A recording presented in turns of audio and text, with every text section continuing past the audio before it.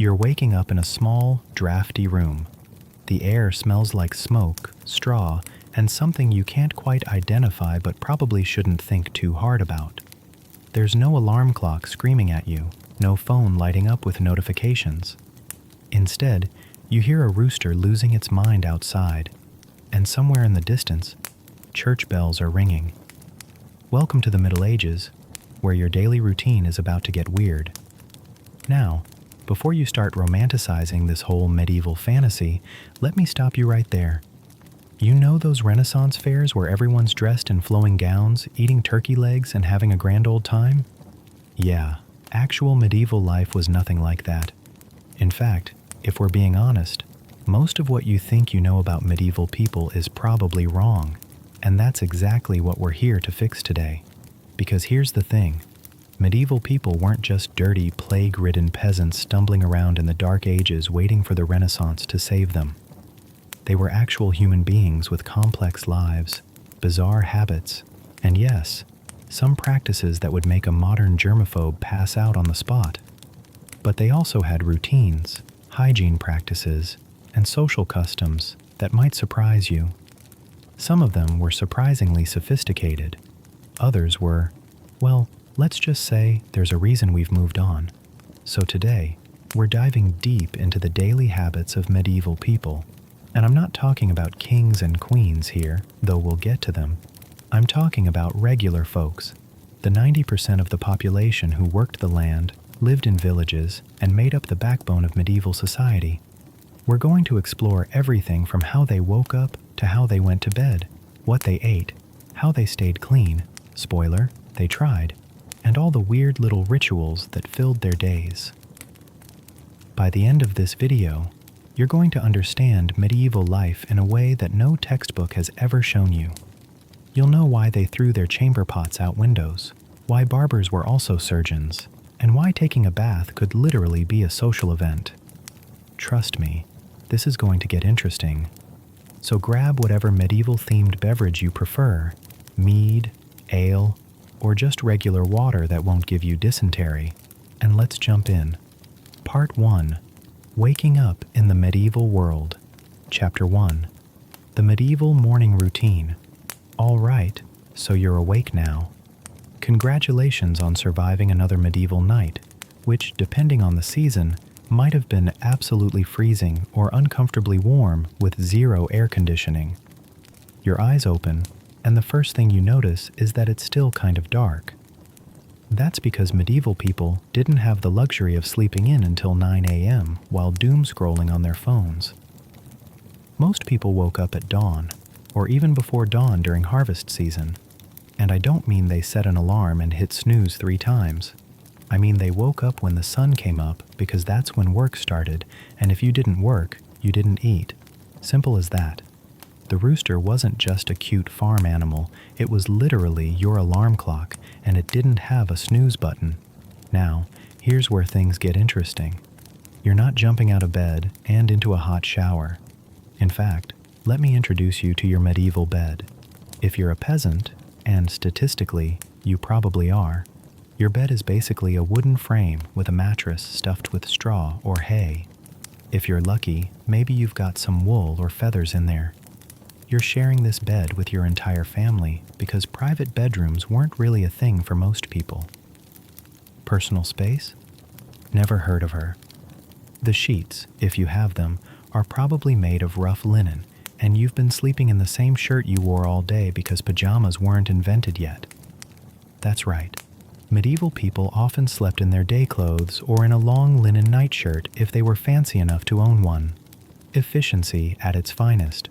So you sit up, you stretch, and now you need to handle some morning business. Where's the bathroom? Well, about that. Chapter 2. The bathroom situation, or lack thereof. Let's address the elephant in the room, or rather, the chamber pot under the bed. Medieval people did not have indoor plumbing. I know, shocking. So when nature called in the middle of the night, you had a few options, none of them great by modern standards. Option 1, the chamber pot. This was basically a ceramic or metal bowl that you kept under your bed or in a corner of your room. You'd do your business, and then in the morning, someone, usually the women or servants of the household, would have to empty it. Where did it go? Well, if you lived in a city, you might just throw it out the window into the street. Yes, really. This is why people shouted "Gardez l'eau" in medieval Edinburgh before chucking their waste into the street below. It's from the French "Gardez l'eau," meaning watch out for the water, except it definitely wasn't just water. If you lived in a rural area, you'd probably dump it into a cesspit or a dung heap that would eventually be used as fertilizer. Waste not, want not, am I right? Option 2. The privy. This was basically an outhouse, a small structure built over a pit where waste would collect. Richer households might have a privy built into an extension of the house, sometimes on an upper floor with a shaft leading down to a cesspit. Medieval castles had garderobes, which were basically stone toilets built into the walls with a shaft that dropped waste down into the moat or a pit below. Imagine being the person whose job was to clean those out. Actually, don't imagine it. Now, here's a fun fact. Medieval people weren't complete savages about this. They understood that waste was gross and needed to be disposed of. Many towns had regulations about where you could and couldn't dump waste. You could be fined for throwing it into the street in some places. Did people follow these rules? That's debatable. But the point is, they tried. After handling that morning necessity, what about washing up? Did medieval people brush their teeth? Did they wash their faces? Let's get into it. Chapter 3. Medieval Hygiene. Yes, it existed. Contrary to popular belief, medieval people weren't walking around covered in filth, never bathing, with rotting teeth and a cloud of stench following them everywhere. I mean, some of them probably were, but that wasn't the norm. Medieval people actually did care about cleanliness, they just had different methods and standards than we do today. Let's start with the face and hands. When you woke up in the morning, you'd typically pour some water from a jug into a basin and wash your face and hands. This was considered basic hygiene, and etiquette manuals of the time specifically instructed people to wash their hands before meals and after waking up. Water was usually cold unless you were fancy enough to have servants heat it for you. They didn't have soap as we know it, but they did have lye soap, which was made from animal fat and wood ash. It was harsh, alkaline, and would probably strip your skin raw if you used it too much. But it did clean you. For face washing, many people just used water, sometimes with herbs mixed in for fragrance. Now, let's talk about teeth. Medieval people didn't have toothbrushes, but they did have tooth care routines. They used small twigs with frayed ends, called tooth sticks or chew sticks, to clean their teeth. They'd also rub their teeth with rough cloth to polish them. Some people used powders made from crushed herbs, salt, or even ground up cuttlebone to scrub their teeth.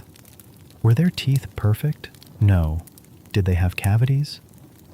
Absolutely. But here's the interesting part. Medieval peasants actually had better teeth than you might think because their diet was low in sugar. It wasn't until sugar became more common in the later medieval period, and especially in the Renaissance, that teeth really started to go downhill for Europeans. So in a weird way, poverty saved their teeth. They also had various remedies for bad breath, because apparently medieval people did not want to walk around with dragon breath. They'd chew herbs like mint, fennel, or cloves. Some dental advice from the time recommended rubbing your teeth with sage or using a mixture of honey and burnt salt as a tooth powder. Chapter 4. Getting dressed. It's more complicated than you think. All right, you're clean-ish. You've handled your business, and now it's time to get dressed. And let me tell you, medieval clothing was a whole process. First off, almost everything was made from linen or wool. Cotton was extremely rare and expensive because it had to be imported from far away, and silk was basically only for the super wealthy. Your base layer was a linen undergarment, kind of like a long shirt that went down to your knees or ankles. This was your underwear, your undershirt, and your pajamas all in one. You wore this thing constantly, and washed it somewhat regularly because it was the layer that absorbed your sweat and body oils. On top of that, men would wear a tunic, basically a long shirt made of wool, and brays, which were a kind of loose linen underpants tied at the waist and around each leg. Women wore a long linen shift as the base layer, then a wool dress called a kirtle on top, often belted at the waist. Now here's the thing about medieval clothing. There were no closets full of outfit options. Most peasants owned maybe 2 or 3 sets of clothes total. One set for everyday wear that you'd wear until it literally fell apart, and maybe one slightly nicer set for church or special occasions.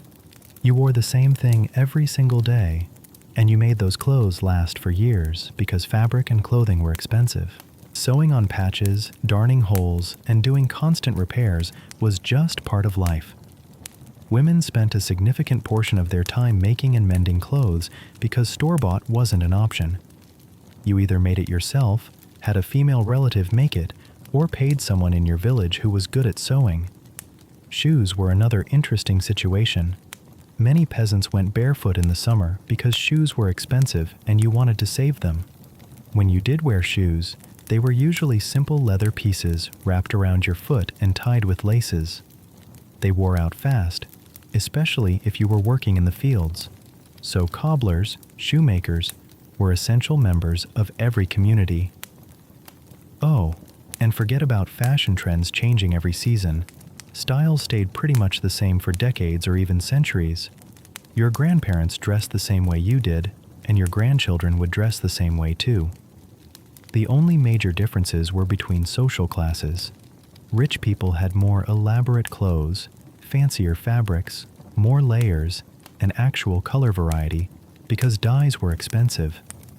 Poor people stuck to undyed wool, which was usually a natural gray, brown, or cream color. Getting dressed also meant dealing with all the ties and laces that held medieval clothing together. Buttons existed, but weren't common until the later Middle Ages. Instead, everything was tied, pinned with brooches, or laced up. Getting fully dressed could take a while, especially for wealthy people who had multiple layers of clothing. Part 2. Daily Work and Survival. Chapter 5. Breakfast, or the lack of it. So you're dressed and ready to start your day. Time for breakfast, right? Well, not exactly. Here's where medieval eating habits get really interesting and completely different from what we're used to. For most of the Middle Ages, especially in the early period, breakfast wasn't really a thing for most people. The main meals were dinner, eaten around midday, and supper, eaten in the evening. The church actually considered eating early in the morning to be a form of gluttony, so skipping breakfast was seen as virtuous. Only children, the elderly, the sick, and manual laborers who needed the energy were really allowed to eat breakfast without judgment. But let's be real. If you were a peasant farmer who needed to work in the fields all day, you probably snuck in something small in the morning even if the church frowned upon it. This might be a piece of bread, maybe some cheese, or leftover pottage, a thick soup or stew from the night before. Nothing fancy, just something to keep you going until the main meal. Drink-wise, you weren't starting your day with coffee because coffee wasn't a thing in medieval Europe yet. Instead, most people drank small beer or ale, even in the morning, even children. Now, before you think medieval people were drunk all day, these were very weak brews with low alcohol content, much weaker than modern beer. The alcohol was just enough to kill bacteria in the water, making it safer to drink than straight water, which could be contaminated. In areas where wine was more common, like Southern Europe, people drank watered-down wine for the same reason. The idea of drinking plain water as your main beverage was actually kind of weird to medieval people.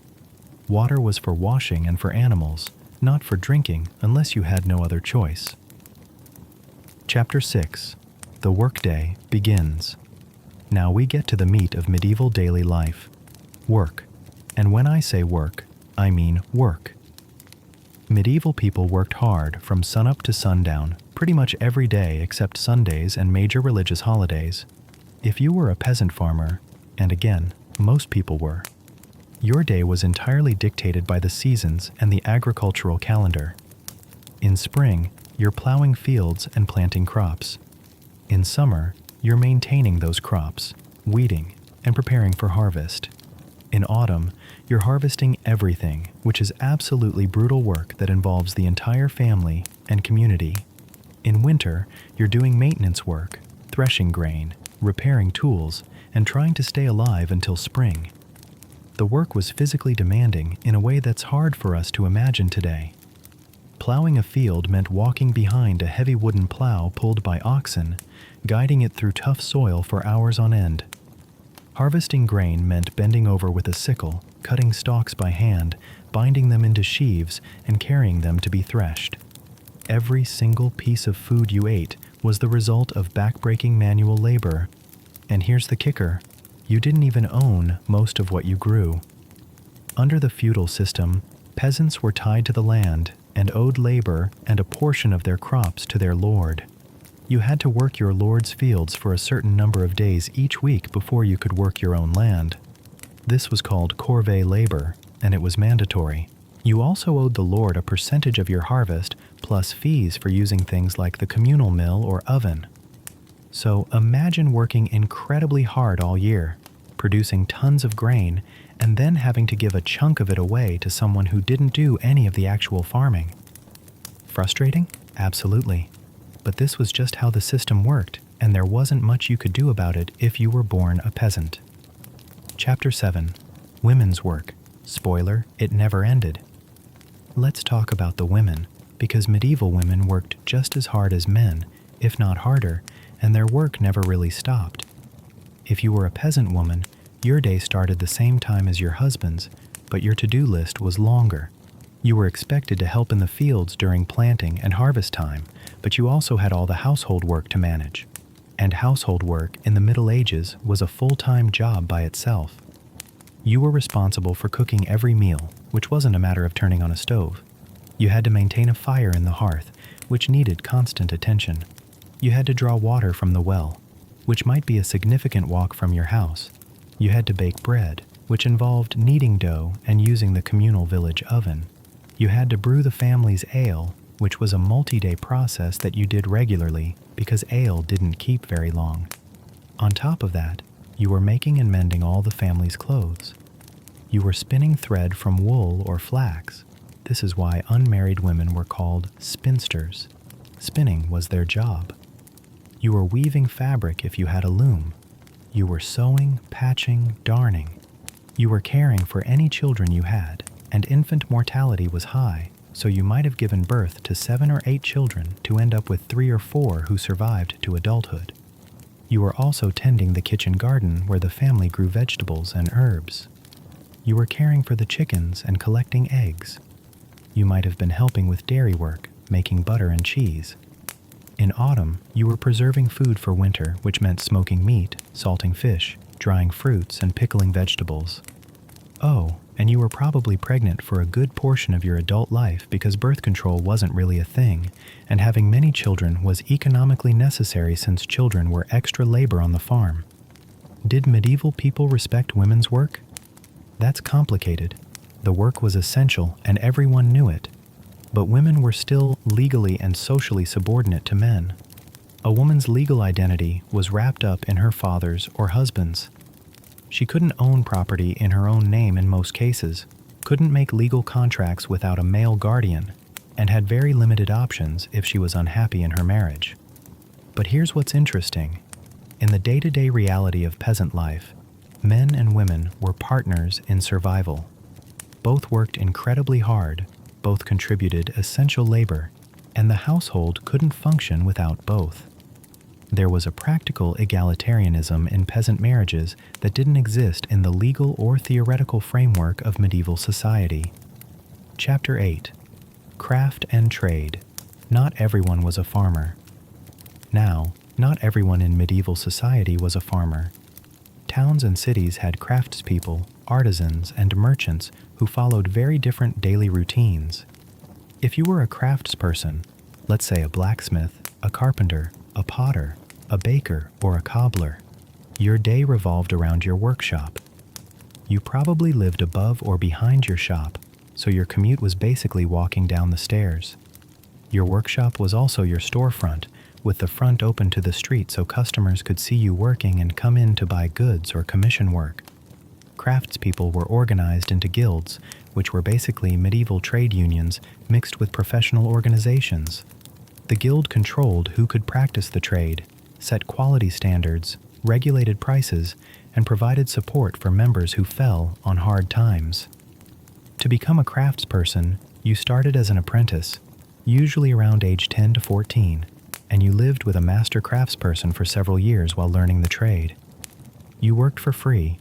Your parents actually paid the master, but you got room, board, and training. After your apprenticeship, you became a journeyman, working for wages and traveling to gain more experience. Eventually, if you were skilled and lucky enough, you'd create a masterpiece, an example of work good enough to prove your skill, and the guild would accept you as a master. Then you could open your own shop, take on apprentices, and the cycle continued. The workday for craftspeople was long but different from farm work. You started at dawn and worked until dusk, just like farmers, but your work was more consistent year-round. A blacksmith in winter was still making and repairing tools. A baker was still baking bread. A cobbler was still making shoes. You didn't have the seasonal variation that dominated agricultural life. Merchants were another category entirely.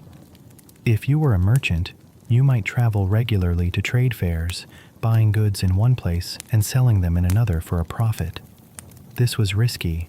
You could be robbed on the road, your goods could be damaged, you could miscalculate and lose money. But successful merchants could become quite wealthy, and by the later Middle Ages, a merchant class was emerging that would eventually challenge the old feudal order. Part 3. Midday Meals and Social Life. Chapter 9. Dinner Time, the main event. All right, it's finally time for the big meal of the day, dinner. And in medieval terms, dinner was eaten around midday, usually between 11 a.m. and 1 p.m., depending on the season and how much work needed to be done. For peasants, dinner was often the only substantial meal of the day, so this was important. You'd stop work, head back to your cottage, and sit down with your family to eat. And what were you eating? Well, if you're expecting a feast with roasted meats and fresh vegetables, I've got some disappointing news. The peasant diet was incredibly repetitive and grain-based. The absolute staple of medieval peasant life was pottage, which is basically a thick soup or stew made from whatever was available. You'd have a pot hanging over your fire, and you'd just keep adding things to it. Oats, barley, peas, beans, onions, leeks, cabbage, maybe some turnips if you had them. Herbs for flavor. Sometimes a bit of bacon or salt pork if you were lucky, but meat was actually pretty rare for most peasants. This pot would simmer all day, and you'd eat from it for multiple meals. You'd add more ingredients as needed, and it just kept going. Some historians joke that medieval pottage pots were basically immortal. You just kept adding to them, and they never really emptied completely. Bread was the other major staple. Dark, heavy bread made from rye, barley, or mixed grains. White wheat bread existed, but that was for the wealthy. Your peasant bread was dense, chewy, and would probably break your teeth if it got too stale. But bread was life. It was so central to the medieval diet that people measured their wealth and status by what kind of bread they could afford to eat. You'd dip your bread in the pottage, soak up all that liquid, and that was your meal. Maybe you had some cheese on the side if you'd been making it. Maybe some ale to wash it down, and that was it. No multiple courses, no elaborate recipes, just simple, filling food designed to give you enough energy to get back to work. Now, let's contrast this with what the wealthy were eating, because the difference is stark. If you were a noble or a wealthy merchant, your dinner was a whole different experience. You'd have multiple courses with roasted meats, beef, pork, mutton, venison if you'd been hunting. You'd have fish on fast days, which we'll get to. You'd have white bread, butter, fancy cheeses, pastries, fruits, wine instead of ale. The wealthy also used spices imported from far away, pepper, cinnamon, ginger, cloves, to show off their wealth and to cover up the taste of meat that might be going bad because refrigeration wasn't a thing. A heavily spiced dish was a status symbol. It said, "I'm so rich I can afford to import tiny amounts of plant matter from the other side of the world just to make my food taste interesting." Table manners were also becoming increasingly important for the upper classes by the later Middle Ages. Etiquette books instructed people not to pick their teeth at the table, not to wipe their mouths on the tablecloth, not to stick their hands in communal dishes after touching their mouths, and not to throw bones on the floor, even though dogs were usually hanging around under the table waiting for scraps, so this rule was frequently ignored. Chapter 10. Fast Days and Food Restrictions. Here's something that would absolutely wreck a modern person's meal planning. Medieval Christians had to follow fasting rules set by the church, and these rules were extensive and complicated. First, let's clarify what fasting meant. It didn't usually mean eating nothing. It meant abstaining from certain foods, primarily meat, dairy, and eggs. Fish was allowed because the medieval church had a somewhat creative definition of what counted as meat, and fish, being cold-blooded, apparently didn't count. So when did you have to fast? Well, buckle up, because the list is long. Every Friday, in commemoration of Christ's crucifixion. Every Wednesday, in some periods and places. The entire season of Lent, 40 days before Easter. Advent, the 4 weeks before Christmas. Various saints' days throughout the year. By some calculations, medieval Christians were supposed to abstain from meat for about a third of the year. Did everyone follow these rules strictly? That depended on how religious you were, how closely your local priest monitored things, and honestly, how wealthy you were. The rich could afford good fish and plenty of variety on fast days. Poor people who relied on their pottage just ate their pottage without the bit of bacon in it. Not exactly a huge sacrifice when you barely had meat anyway. But here's where medieval people got creative, and by creative, I mean they found loopholes that would make a modern lawyer proud. Beavers were classified as fish by the church because they lived in water and had scaly tails, so you could eat beaver on a fast day. Barnacle geese were thought to hatch from barnacles in the sea, so they counted as fish too. Puffins? Fish.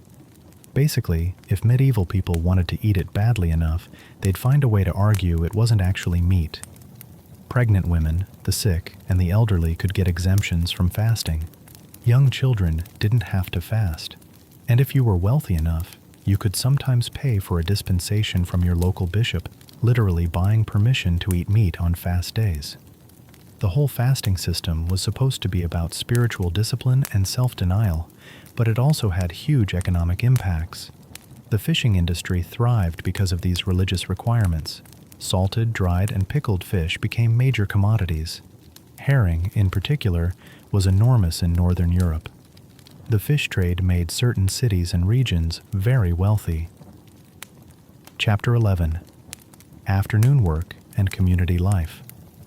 After dinner, it was back to work. The afternoon was often when people did tasks that required good light and attention, since the morning was for the heaviest physical labor and you wanted to tackle that while you still had energy.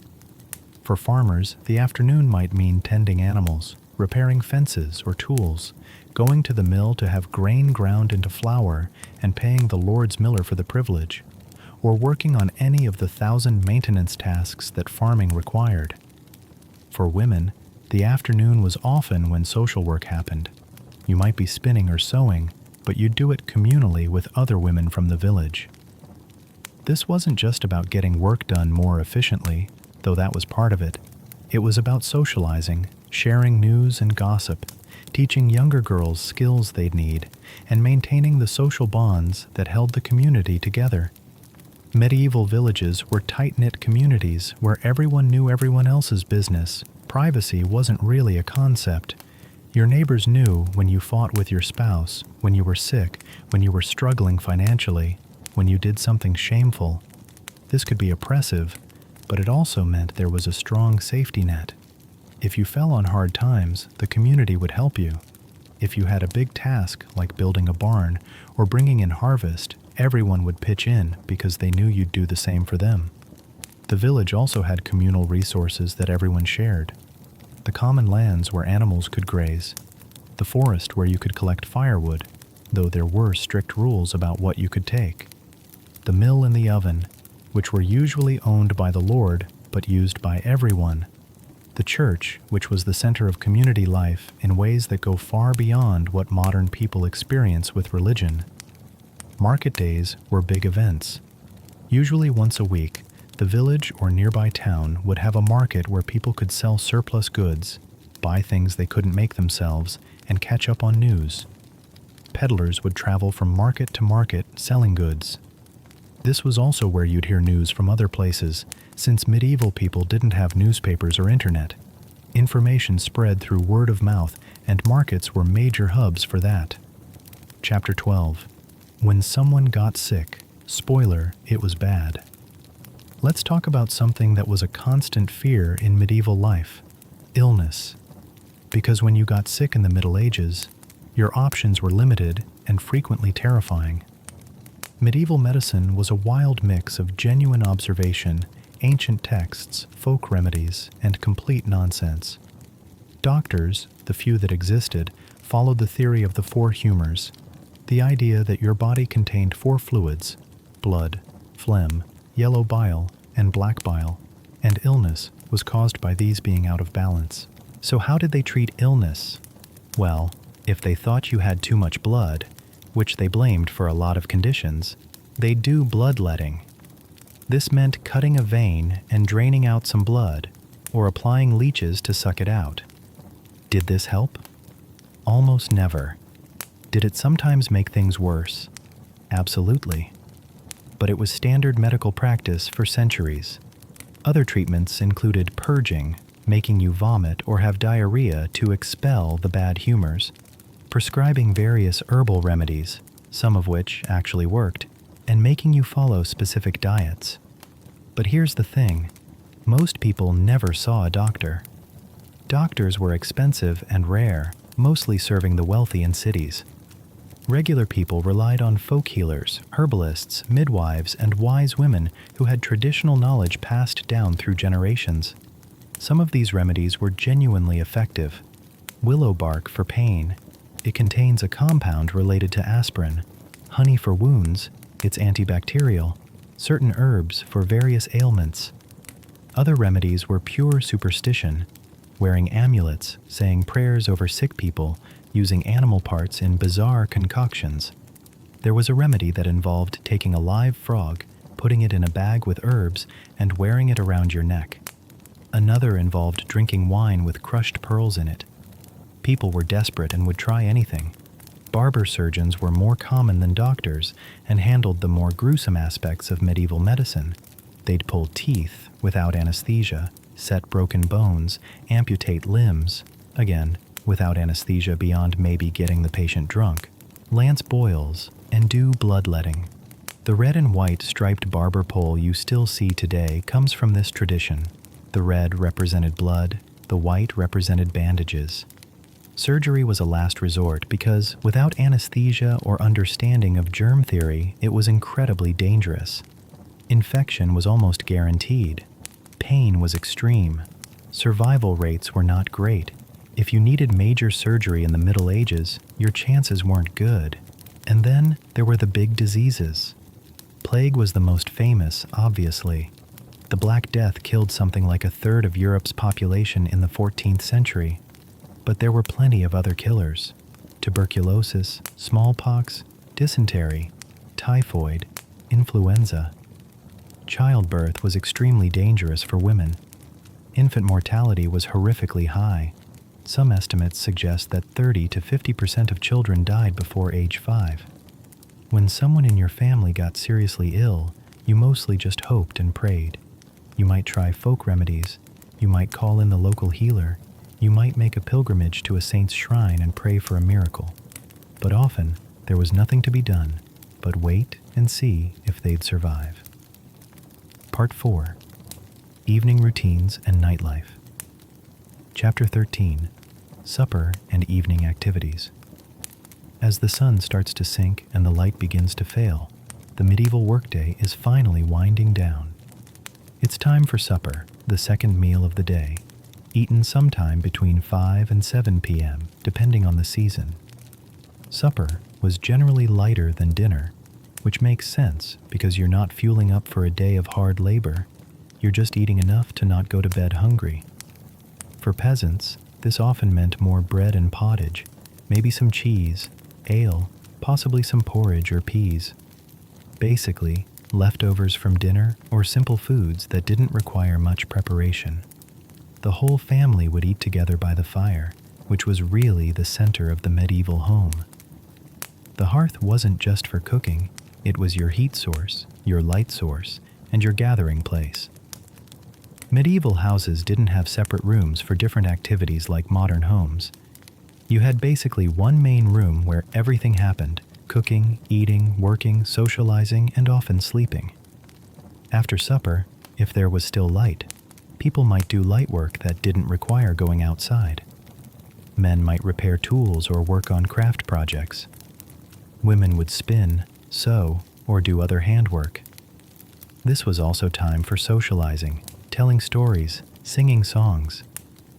Entertainment in the medieval world was something you made yourself because there was no passive entertainment. No TV, no books for most people, since literacy rates were very low. No phones. You talked to each other, you sang, you told tales. Children would play games. Medieval kids played versions of tag, hide and seek, had dolls and toy soldiers, rolled hoops, played with balls. They also worked, because childhood as a protected period of pure play and education is a modern concept. By age 7 or so, kids were expected to help with age-appropriate tasks, but they still found time to be kids. Chapter 14. The Role of the Church in Daily Life. We need to talk about the church because you cannot understand medieval daily life without understanding how absolutely central religion was to everything. The church wasn't just where you went on Sunday, it structured your entire life. The church bells marked the time of day.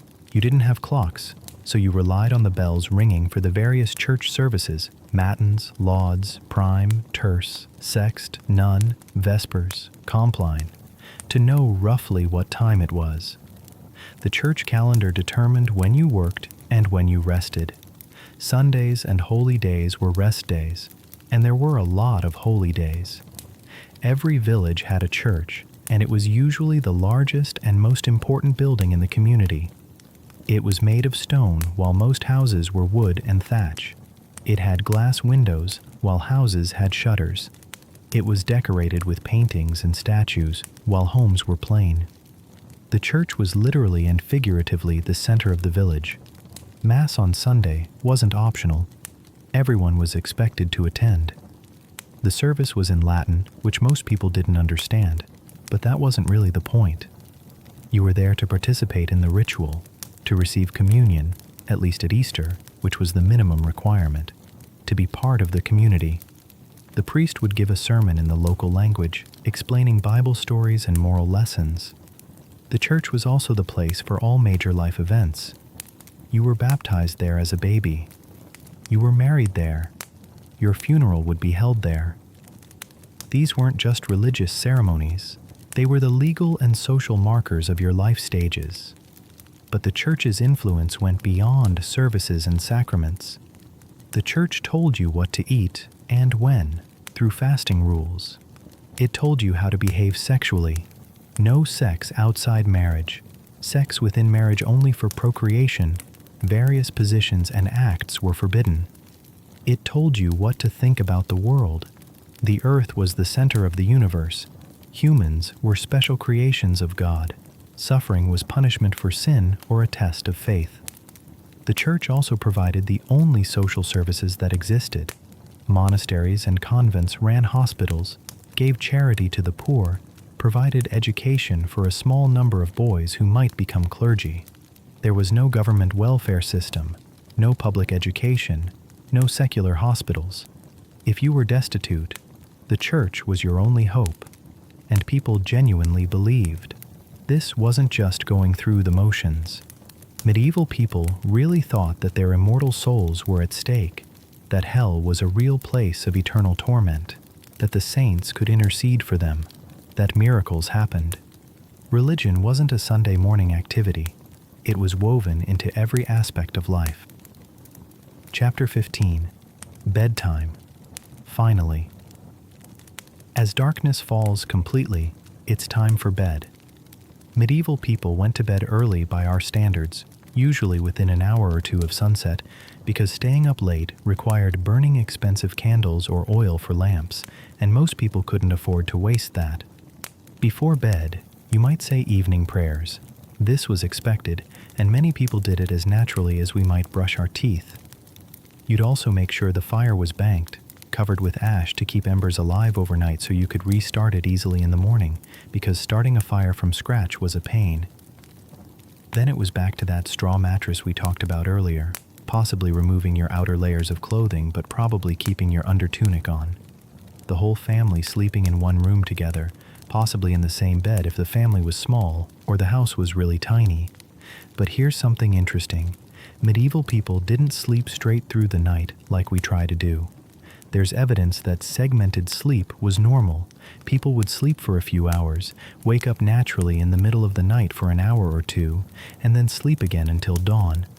During that middle of the night wake period, people might get up and use the chamber pot, tend the fire, have sex, pray, or just lie awake thinking.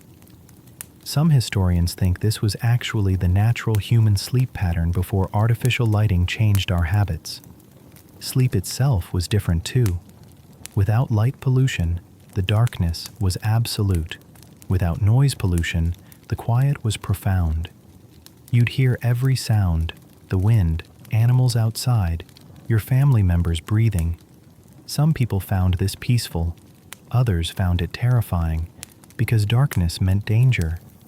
Thieves, wild animals, malevolent spirits, which people genuinely believed in, all these were threats in the night. This is part of why people went to bed early and stayed inside after dark. Night was dangerous, both practically and supernaturally in the medieval mindset. You didn't wander around outside at night unless you absolutely had to. Part 5. Special Occasions and Social Customs. Chapter 16. Festivals and Holy Days When Life Got Fun. All right, so far we've painted a pretty grim picture of medieval life. Constant work, boring food, diseases everywhere, going to bed when it gets dark. But here's the thing. Medieval people weren't miserable all the time. They had festivals, celebrations, and holy days that broke up the monotony of daily life, and some of these were absolutely wild. The medieval calendar was packed with feast days. I'm not exaggerating when I say that between Sundays and holy days, you had something like 150 days off work per year. Now, day off didn't mean sleeping in and binge-watching Netflix. It meant attending church services and then celebrating with the community. But it was still a break from the regular grind. Christmas was obviously huge, but it wasn't just one day. The Christmas season lasted 12 days, from December 25th to January 6th, Epiphany. During this time, normal work stopped, and there was feasting, drinking, games, and general merrymaking. Lords were expected to be generous to their peasants during Christmas, providing extra food, ale, and entertainment. It was a time when social hierarchies loosened a bit, and everyone was supposed to be in good spirits. Easter was even more important religiously, and it came with its own celebrations. After the fasting of Lent, Easter was a feast day where meat and rich foods came back. Eggs, which had been forbidden during Lent, were a big part of Easter celebrations. This is where Easter eggs come from. People dyed eggs, gave them as gifts, and used them in games. But the really wild celebrations were the ones that had pagan roots that Christianity had kind of absorbed and Christianized. May Day, celebrated on May 1st, involved dancing around a maypole, crowning a May Queen, and general spring fertility celebrations that the church tolerated but didn't exactly encourage. People would go a-maying, which meant going into the woods at night to gather flowers and greenery, and probably doing other things that didn't involve flowers, if you know what I mean. Midsummer Eve, June 23rd, the night before the feast of St. John the Baptist, involved bonfires, dancing, drinking, and various folk rituals. People believed this was a magical night when the barrier between the human world and the fairy world was thin. They'd leave out offerings for fairies, perform divination rituals to see their future spouses, and jump over bonfires for good luck. Harvest festivals in autumn were times of relief and celebration after the back-breaking work of bringing in the crops. The harvest was literally life or death. If it failed, people starved. So when it succeeded, there was serious celebration. Communities would come together for harvest feasts, with much better food and more generous portions than usual. Then there was Carnival, or Shrove Tuesday the day before Lent began, which was basically medieval people's last chance to party before 40 days of fasting. It involved feasting, drinking, games, and general chaos. In some places, there was a tradition of carnival inversion, where social norms were temporarily flipped. Peasants dressed as nobles, men dressed as women, mock kings were crowned, and people could say and do things that would normally get them in serious trouble. The church tolerated these seasonal celebrations because they gave people an outlet, a release valve for all the pressure of daily life. As long as people still showed up to church and followed the fasting rules, they could have their festivals. Chapter 17: Weddings, Births, and Deaths. Let's talk about the big life events, because these were massive deals in medieval society, involving the whole community and following specific customs and traditions. Weddings were both religious sacraments and legal contracts, and they involved a lot more negotiation than modern weddings. For most people, marriage was as much about economic partnership as it was about love. You needed to think practically. Could this person help you run a household, work the farm, raise children?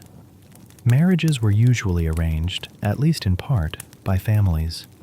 This doesn't mean people had no say. It means parents and families were heavily involved in the decision. For peasants, there was probably more freedom to choose based on affection than for nobles, whose marriages were political and economic alliances. But even peasants had to consider dowries, land holdings, and family connections. The wedding itself was actually held at the church door, not inside the church. The ceremony began outside, where the priest would conduct the main part of the service.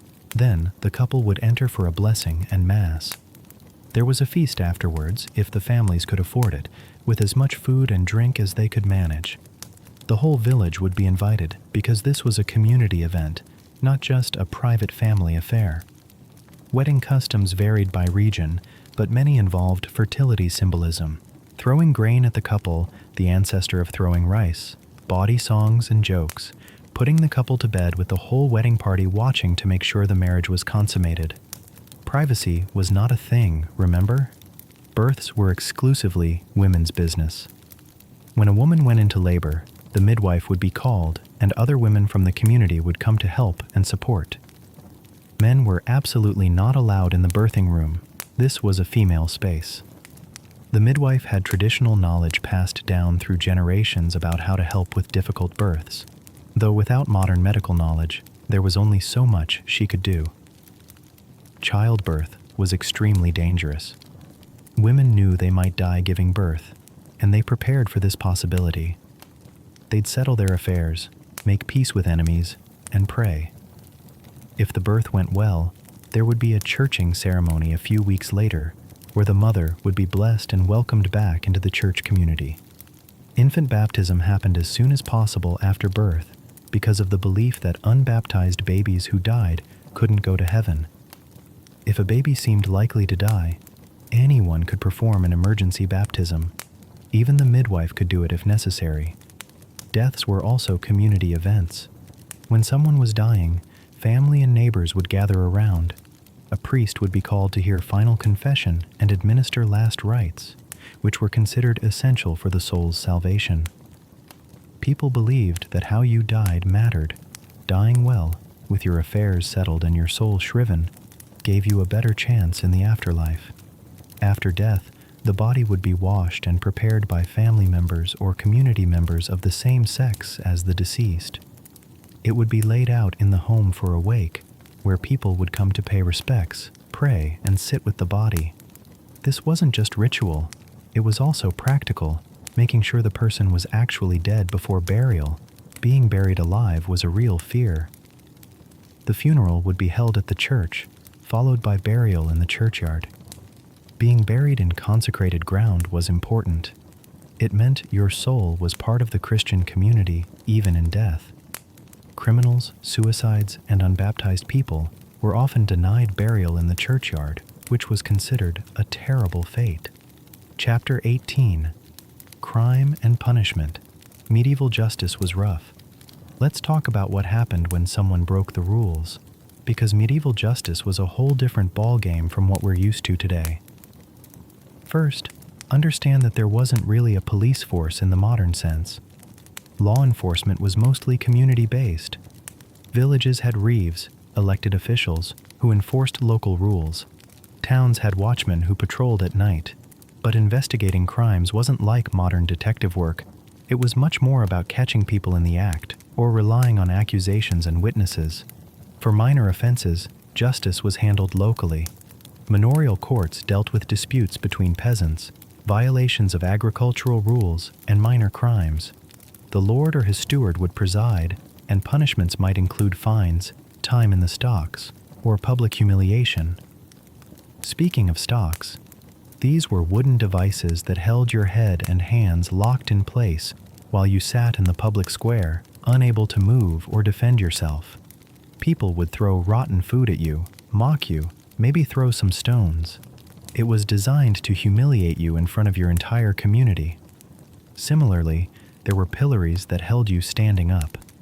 These weren't just uncomfortable, they were psychologically brutal in a small community where reputation was everything. For more serious crimes, there were harsher punishments. Theft could result in having your hand cut off. Counterfeiting coins could get you boiled alive. Yes, really, this was the punishment for coiners in some places. Murder could mean hanging, and the body might be left on the gallows as a warning to others.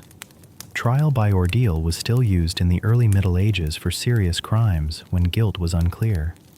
The idea was that God would protect the innocent and punish the guilty. Trial by fire meant carrying a red-hot iron bar or walking over hot coals. If your wounds healed cleanly, you were innocent. Trial by water meant being thrown into water. If you sank, you were innocent, though possibly drowned. And if you floated, you were guilty, because water was rejecting you. Yes, the system was totally logical.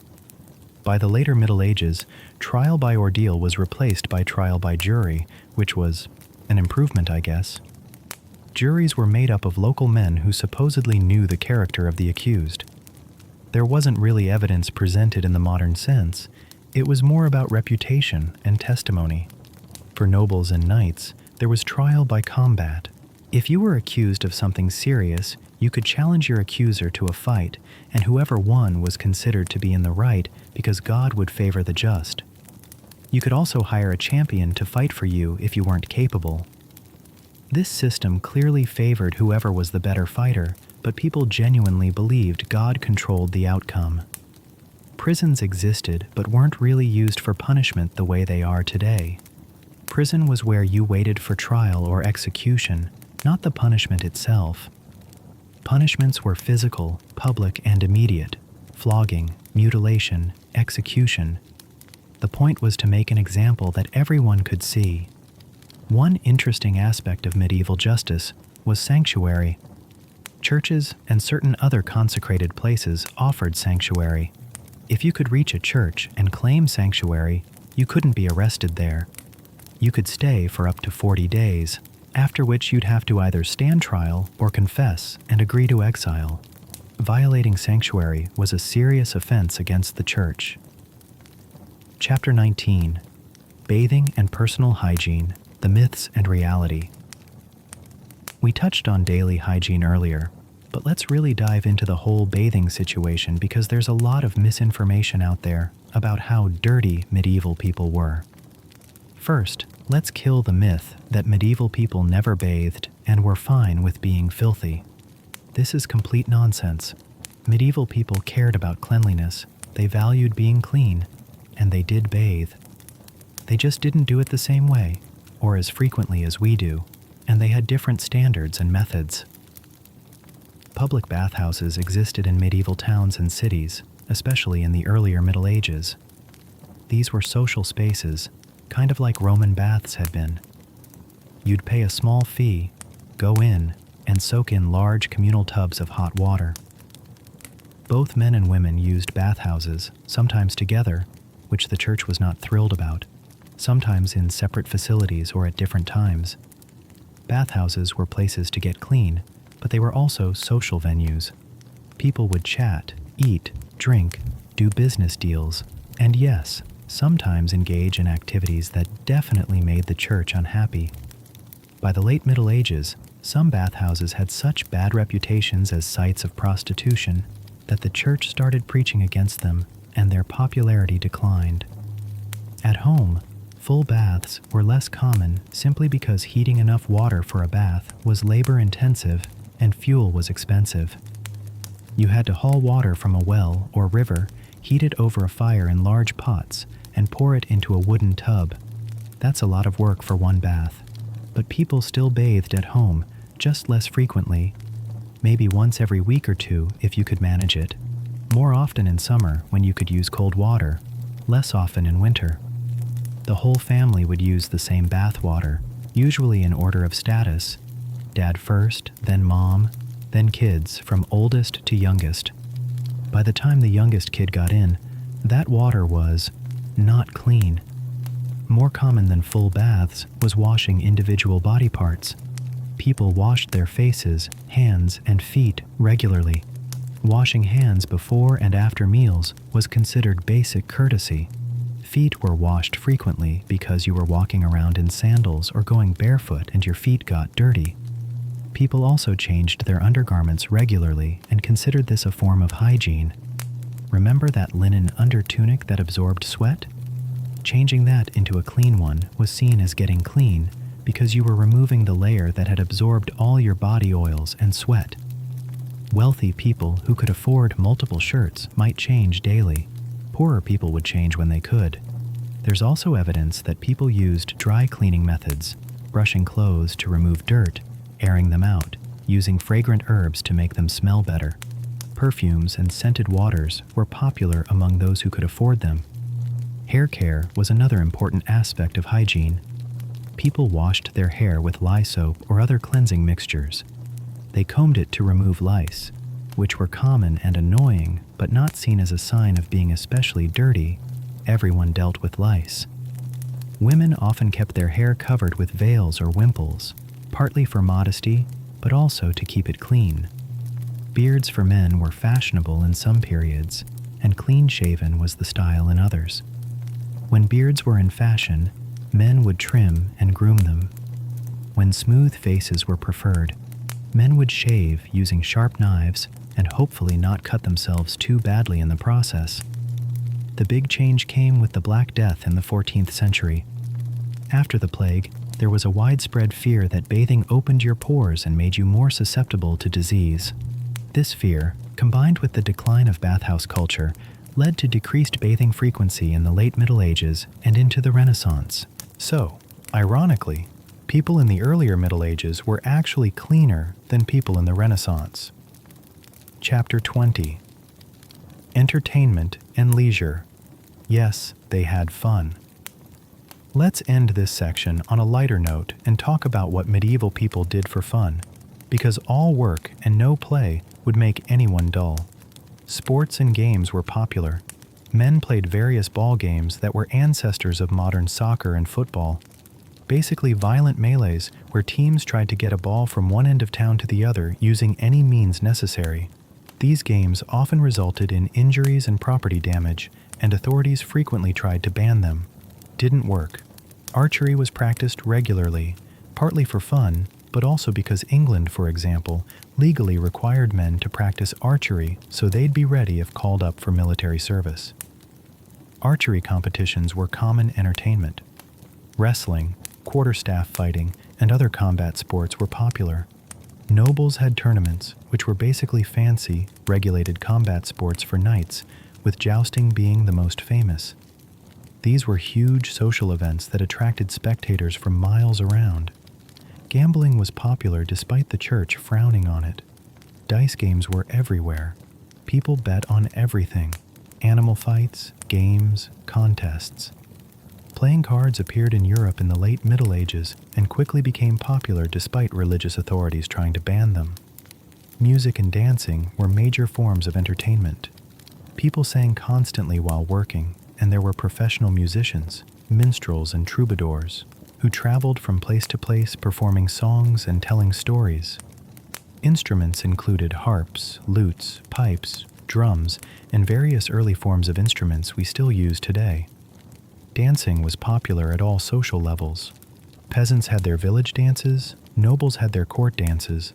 The church was suspicious of dancing because it involved physical contact between men and women and could lead to, other things. But people danced anyway because dancing is fun. Storytelling was huge. This was the primary form of narrative entertainment. Professional storytellers would travel around telling tales of heroes, saints, adventures, and romances. People would gather to hear these stories, which could go on for hours or even multiple nights. This oral tradition is how many medieval stories survived and eventually got written down. For the literate minority, reading was entertainment, though books were expensive and rare. By the later Middle Ages, as literacy increased and books became slightly more common, reading romances and adventure stories became a pastime for those who could afford it. Hunting was entertainment for nobles, though it was also practical.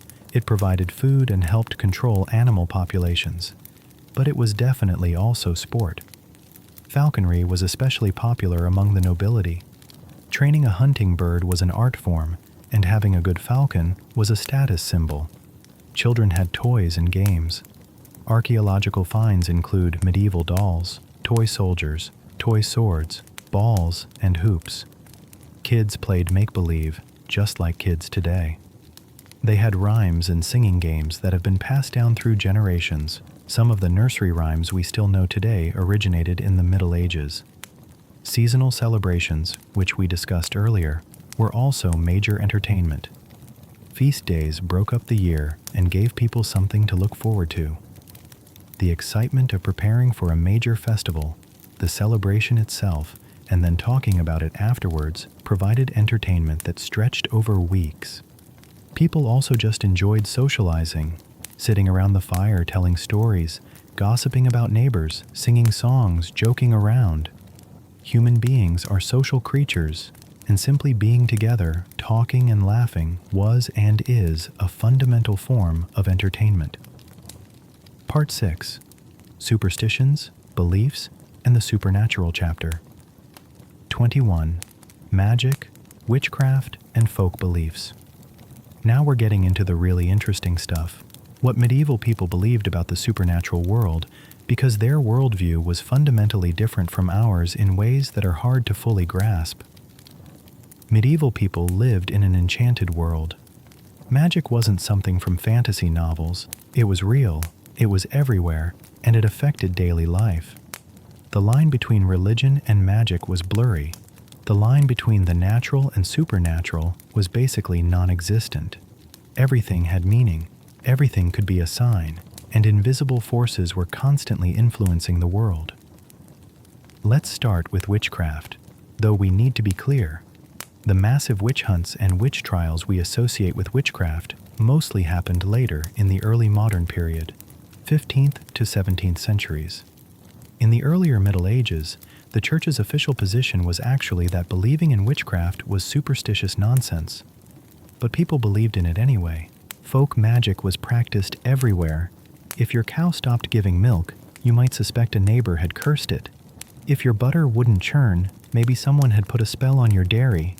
If you got sick mysteriously, someone might have given you the evil eye. These weren't rare paranoid beliefs. This was how people explained misfortune in a world where they didn't understand bacteria, viruses, or random chance. The solution to magical problems was more magic. You'd go to a cunning woman or wise man. Folk magic practitioners who weren't quite witches but definitely weren't priests either. They'd give you protective charms, create counterspells, tell you how to break curses. They might give you an amulet to wear, tell you to hang certain herbs over your door, or instruct you to perform specific rituals. Some of these folk practices were basically sympathetic magic, the idea that like affects like. Want to cure warts? Touch them with a piece of meat, then bury the meat. As it rots, the warts will disappear. Want to ensure a good harvest? Pour water on the fields on certain holy days while saying prayers. Want to find stolen goods? Use a divination ritual involving a Bible and a key. The church tried to suppress folk magic, calling it demonic and pagan, but it never really succeeded because people needed these practices. When your child was sick and the priest's prayers weren't working, you'd try the wise woman's herbal remedy and protective charm. When your crops were failing and you didn't know why, you'd perform the old rituals your grandmother taught you just in case. Evil spirits were considered real and dangerous. Demons could possess people, causing them to act strangely or fall ill. Exorcism was a recognized practice. Priests performed rituals to drive out demons. The symptoms we'd now recognize as mental illness, epilepsy, or neurological disorders were often attributed to demonic possession. Fairies, or the fair folk, or the good neighbors, you didn't say their name directly because that attracted their attention, were also real in the medieval mindset. They weren't the cute, sparkly fairies of modern children's stories. Medieval fairies were powerful, dangerous, and capricious. They could steal children, leaving changelings in their place. They could curse you if you offended them. They could also help you if you treated them right, leaving out offerings of milk or bread. Certain places were considered especially magical or dangerous. Crossroads, old burial mounds, certain springs or wells, ancient stone circles. These were places where the barrier between worlds was thin, where you might encounter things that weren't quite natural. Chapter 22. Omens, Dreams, and Divination. Medieval people saw signs and omens everywhere, and they took them seriously. This wasn't casual superstition. This was a genuine belief that God, or sometimes darker forces, communicated through symbols in the world. Dreams were considered prophetic. If you had a vivid dream, it might be a message from God, a warning, or a glimpse of the future. Dream interpretation was a real skill, and some people were considered especially good at it. There were even books explaining the meanings of common dream symbols. Animal behavior could be an omen. If a crow landed on your house and cawed, that might mean death was coming. If a robin flew into your house, that was bad luck. If you saw certain birds on certain days, it might predict the weather or your fortune. People watched animal behavior constantly for signs. Natural phenomena were loaded with meaning. A comet appearing in the sky meant something major was going to happen, usually something bad. A solar or lunar eclipse was terrifying and required prayers and protective rituals. Thunder on specific days of the week meant different things. The weather on certain holy days predicted the weather for the coming seasons. Divination, trying to see the future, took many forms. Some methods were simple folk practices. If you wanted to know who you'd marry, you'd perform a ritual on a specific holy day, and the person you saw or dreamed about would be your future spouse. Girls would peel an apple in one long strip and throw the peel over their shoulder. The shape it made on the ground would be the initial of their future husband. Other divination methods were more involved. Scrying involved looking into water, crystal, or reflective surfaces to see visions. Casting lots, throwing marked objects and reading the patterns, was used to make decisions or predict outcomes. Reading the flight patterns of birds was considered a way to see the future. The church had a complicated relationship with divination. On one hand, official church teaching said that trying to know the future was sinful because only God knows what's to come. On the other hand, saints had prophetic visions all the time, and the Bible was full of prophecies. So where was the line? The church's answer was basically that divination inspired by God, through saints, prophets, or holy visions, was fine. Divination that called on demons or natural magic was sinful, but in practice, people did both and often couldn't tell the difference. Astrology was widely practiced and respected. The positions of stars and planets at your birth determined your personality and fate. Important events were planned according to astrological timing. Kings consulted court astrologers before making major decisions. Doctors used astrology to diagnose illnesses and prescribe treatments. Certain planets governed certain body parts, and you shouldn't perform medical procedures when the moon was in the wrong sign. The church was suspicious of astrology because it seemed to deny free will. If the stars determined everything, what about human choice and moral responsibility? But even clergy often dabbled in astrology because it was considered legitimate learning, part of the quadrivium, the advanced mathematical arts taught at universities. Chapter 23: Saints, Relics, and Miracles. Let's talk about saints, because saints were absolutely central to medieval religious life in ways that might surprise modern people, even modern Christians. Saints weren't just holy people who died and went to heaven. They were active presences who could intervene in the world, who heard prayers, who performed miracles.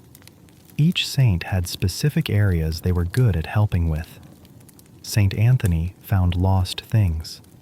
Saint Christopher protected travelers. Saint Apollonia helped with toothaches. Saint Sebastian protected against plague. There were saints for everything. When you had a problem, you prayed to the appropriate saint. And you didn't just ask nicely, you made deals. Saint Anthony, if you help me find my lost cow, I'll donate a candle to your shrine. Saint Apollonia, cure my toothache and I'll make a pilgrimage to your chapel.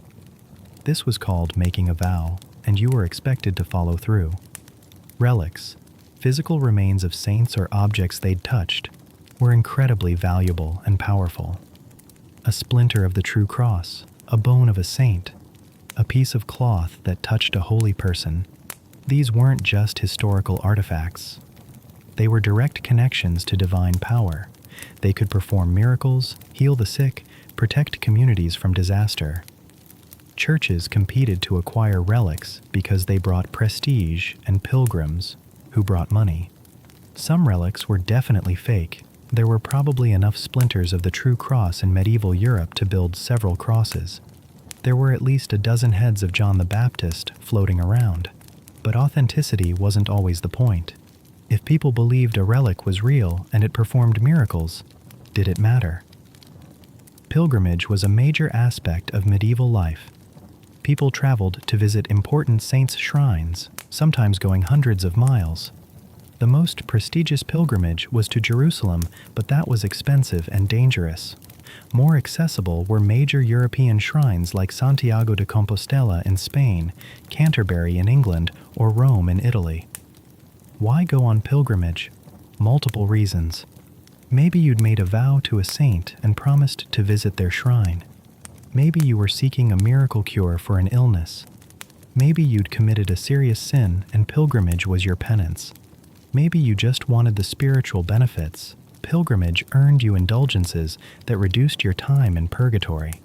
Miracles happened regularly in the medieval mindset. If you recovered from a serious illness after praying to a saint, that was a miracle. If you survived a dangerous situation when you shouldn't have, that was miraculous intervention. If you found something important that you'd lost, the saint you prayed to had helped you. Churches kept records of miracles associated with their saints and relics. These miracle collections served as proof of the saint's power and attracted more pilgrims. Some miracle accounts are clearly exaggerated or fabricated, but others seem to be genuine records of what people experienced and believed. The cult of the Virgin Mary was especially important. Mary was seen as the ultimate intercessor. She was the Mother of God, so surely Jesus would listen to her. Marian devotion involved special prayers. The Rosary became popular in the later Middle Ages. Feast days celebrating events in Mary's life, and countless churches dedicated to her. Chapter 24: Death, Afterlife, and Purgatory. Medieval people thought about death a lot, not in a morbid, depressing way, though sometimes that too. but in a practical way. Death was ever present. Disease, accidents, violence, childbirth complications, famine. Everyone knew people who died young. Everyone had lost children, siblings, parents. The afterlife wasn't abstract or theoretical. It was real, it was coming, and it mattered more than your earthly life. Your time on earth was temporary. Eternity was forever. So what happened after you died was the most important question you could ask. The medieval Christian afterlife had 3 possible destinations: heaven, hell, and purgatory. Heaven was eternal bliss in the presence of God. This was the goal, what everyone hoped for. But getting into heaven required dying in a state of grace, without unconfessed mortal sins on your soul. This is why last rites were so important. A priest would hear your final confession, absolve your sins, and give you communion. This prepared your soul for judgment. Hell was eternal torment, fire, demons, endless suffering, complete separation from God. Hell was for people who died with unrepented mortal sins, murderers, heretics, those who rejected Christ, people who committed suicide, which was considered a grave sin because it was self-murder and couldn't be repented, since you were dead. But here's where it gets interesting. Most people weren't good enough for immediate heaven, but weren't evil enough for hell. This is where purgatory came in. Purgatory was a temporary place of purification. If you died with venial, minor sins, or without having fully atoned for your sins, you went to purgatory. There, you suffered. The descriptions involved fire and torment, though not as bad as hell, until you were purified enough to enter heaven. Eventually, everyone in purgatory would get to heaven. It just might take a very long time. The thing about purgatory is that the living could help the dead. Prayers for the dead, masses said for their souls, alms given in their name, all of this could reduce the time a soul spent in purgatory. This is why people left money in their wills for masses to be said for their souls. This is why families prayed for dead relatives. You weren't just being sentimental, you were actively helping them get to heaven faster. Indulgences were related to this system. An indulgence was essentially a reduction in time spent in purgatory, granted by the church for performing certain good acts or as a reward for pilgrimage. The abuse of indulgences, eventually they were just being sold for money, became one of the major triggers for the Protestant Reformation. Ghost stories and tales of the dead returning were common because people genuinely believed the dead could come back, usually to request prayers or to finish unfinished business. If you saw your dead grandmother in a dream asking you to have a mass said for her soul, you'd do it because she might actually be in purgatory suffering. The medieval attitude toward death was different from ours. Death wasn't hidden away or sanitized. Dead bodies were laid out in homes. Children saw death up close. This wasn't traumatic in the way we might think. It was just reality. Everyone would die. Everyone knew it. And you prepared for it spiritually throughout your life. Chapter 25. Literacy, learning, and knowledge. Let's talk about who could read and write, because literacy was nothing like today's nearly universal literacy in developed countries. Most medieval people were illiterate. Estimates vary depending on time and place, but generally, literacy rates were maybe 10 to 20% for men and significantly lower for women, possibly 1 to 5%. And even these numbers might be generous for the early Middle Ages. Literacy meant reading and writing Latin, which was the language of the church, government, and scholarship. Most people spoke vernacular languages, various forms of French, German, English, Italian, Spanish, etc. Even if you could understand Latin in church, that didn't mean you could read or write it. Who was literate? Clergy, obviously. Priests needed to read the Bible and liturgical texts. Monks and nuns in monasteries often had high levels of literacy because copying manuscripts was part of their religious duty. Nobles increasingly became literate in the later Middle Ages because it was useful for governance and administration. Merchants and urban craftspeople sometimes learned to read and do basic arithmetic because it was practical for business. But the vast majority of peasants had no access to education and no need for literacy in their daily lives. You didn't need to read to plow a field, milk a cow, or spin wool. Oral culture was strong. Information was transmitted through speech, memory, and demonstration, not writing. Education, when it existed, was primarily religious. Cathedral schools and monastery schools taught boys, rarely girls, to read Latin, study scripture, learn music for church services, and master the basics of what would become the liberal arts.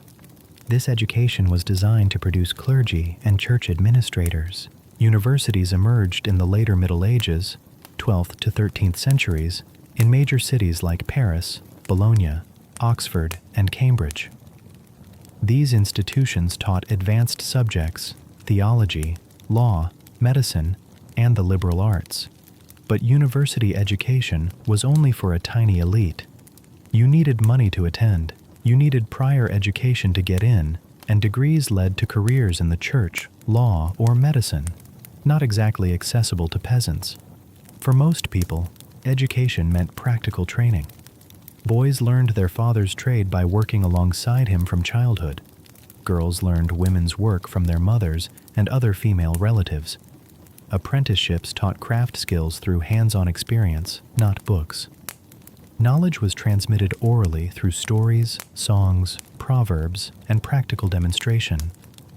Agricultural knowledge, when to plant, how to manage livestock, weather prediction, was passed down through generations. Medical knowledge, cooking skills, craft techniques, all learned by watching and doing. The few books that existed were manuscript books, copied by hand, which made them incredibly expensive. A single book might cost as much as a farm. Only churches, monasteries, and wealthy nobles owned books. The idea of a personal library was absurd for most people. What books existed were mostly religious: Bibles, prayer books, lives of saints, theological works. Practical books on subjects like agriculture, medicine, or astronomy existed but were rare. Literary works, romances, epics, poetry were also copied, but these circulated among the literate elite. The invention of the printing press in the mid-15th century would change everything, but that's at the very end of our medieval period. For most of the Middle Ages, books were rare, precious objects, and most people lived their entire lives without reading a single word. Chapter 26: Travel and the Outside World. Let's talk about travel, because medieval people's relationship with distance and the wider world was completely different from ours. Most peasants never traveled more than a few miles from where they were born. Your village, the nearby villages, the closest town for market day, that was your world. London might as well have been the moon for a peasant in northern England. France might as well have been a fairy tale for a German villager. These places existed in theory, but you'd never see them. Why didn't people travel? Several reasons. First, it was dangerous. Roads were poor, basically just dirt tracks that turned to mud in rain. Bridges were rare. You usually forded rivers or paid to use a ferry. Bandits were a real threat on isolated roads. Wild animals existed in much greater numbers. Getting lost was easy. Second, it was expensive. You needed food and shelter, and while some religious houses offered hospitality to travelers, you couldn't count on it. You might need to pay for lodging at inns. You weren't earning money while traveling. Most peasants couldn't afford to just take time off to go somewhere. Third, legally, many peasants were tied to the land. As serfs, they weren't free to just leave. They needed permission from their lord to travel any significant distance. This wasn't strictly enforced in all places or times, but it was theoretically binding. Fourth, there was simply no reason to travel for most people. Your family was in your village. Your work was there. Your social connections were there. Why would you leave? That said, some people did travel regularly. Merchants traveled constantly for trade. They'd go to regional fairs, travel to ports, move goods from place to place. This made them unusual. They'd seen different places, met different people, heard different languages. Their cosmopolitan experience set them apart. Pilgrims traveled long distances to visit holy sites. A pilgrimage to Canterbury from northern England was a significant journey. A pilgrimage to Rome was a major undertaking. A pilgrimage to Jerusalem was a once-in-a-lifetime epic journey that many people didn't survive. But pilgrims were treated with respect, and there were networks of religious houses and hospitals that offered them shelter. Soldiers and mercenaries traveled, obviously. Medieval warfare involved armies moving around, besieging castles, fighting battles in different regions. Veterans who survived military campaigns had seen parts of the world most people never would. Scholars and students traveled to study at universities. Wandering scholars moved from university to university, attending lectures and engaging in debates. This created an international community of learned people who shared Latin as a common language. Minstrels, entertainers, and peddlers traveled constantly, bringing news, goods, and entertainment from place to place. They were important sources of information about the wider world. But let me emphasize, these travelers were minorities. Most people lived and died within a small geographical area. The world beyond your region was known through stories, rumors, and second-hand reports. Geography was fuzzy. Maps were rare and often inaccurate, mixing real places with legendary ones. People's understanding of the wider world was limited and often fantastical. They knew Europe reasonably well, at least the educated did. They knew about the Holy Land because of the Crusades. They knew about the Byzantine Empire and the Islamic world through trade and conflict. But beyond that, Asia was mysterious and mixed with legend. Africa below the Sahara was mostly unknown. The Americas didn't exist in European awareness until 1492. Part 7. Seasons, Cycles, and the Rhythm of Life. Chapter 27. The Agricultural Calendar, Life by the Seasons. We need to talk about how the seasons completely dominated medieval life in a way that's almost impossible for modern people to understand. We have climate control, grocery stores with food year-round, electric lights that make night irrelevant. Medieval people had none of that. Their lives moved with the seasons, and fighting against that rhythm was futile. Spring was renewal and anxiety. This was when you planted the crops that would determine whether you'd eat next winter. But spring was also the hungry time, the period when last year's stores were running low and this year's crops weren't ready yet. Late spring could be genuinely dangerous if the previous harvest had been poor. People might be eating bread made from increasingly questionable grain, eking out the last preserved foods, hunting for wild plants and herbs to supplement their diet. Plowing and planting was absolutely critical work that involved the whole community. Medieval agriculture used the three-field system in many areas. One field planted with winter wheat or rye, one field planted with spring crops like oats or barley, one field left fallow to recover. Every family had strips of land in each field, so everyone's success was interconnected. The heavy moldboard plow, pulled by oxen, was essential. Not every family owned a plow team, so plow sharing and cooperative labor were necessary. You'd help your neighbor plow his strips, and he'd help you with yours. This mutual dependence built community bonds, but also meant that lazy or incompetent farmers affected everyone. Spring was also when animals gave birth: lambs, calves, piglets, chicks. This was crucial because these animals represented food for the coming year.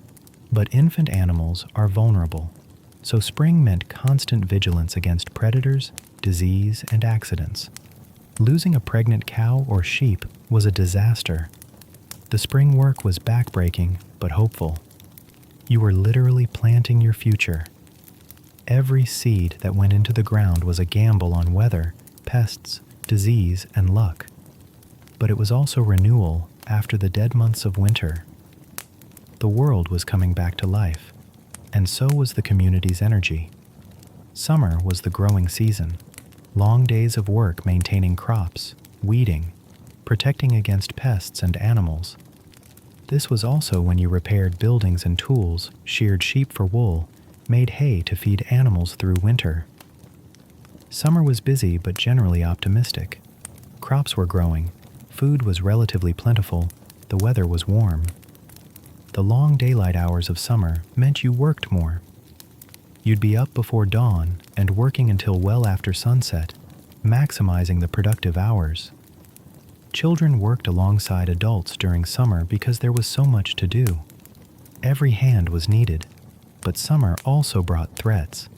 Too much rain could rot crops or wash away topsoil.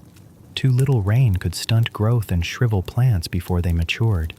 Hailstorms could destroy fields in minutes, wiping out months of work and a year's worth of food. Livestock diseases could sweep through herds. Pests like locusts could devastate harvests, appearing in swarms that blocked out the sun and ate everything green. Medieval farmers had no insurance, no government aid, no backup plan. They couldn't just go to the store if crops failed. They watched the weather obsessively, performed rituals and prayers for good conditions, and tried their best to protect what they'd planted. But ultimately, they were at the mercy of forces they couldn't control. Late summer and early autumn was harvest time, and this was the most intense period of the agricultural year. Everything came down to this. The grain had to be cut, bound into sheaves, collected, and brought in for threshing before weather could damage it. Timing was everything. Cut too early and the grain wasn't mature.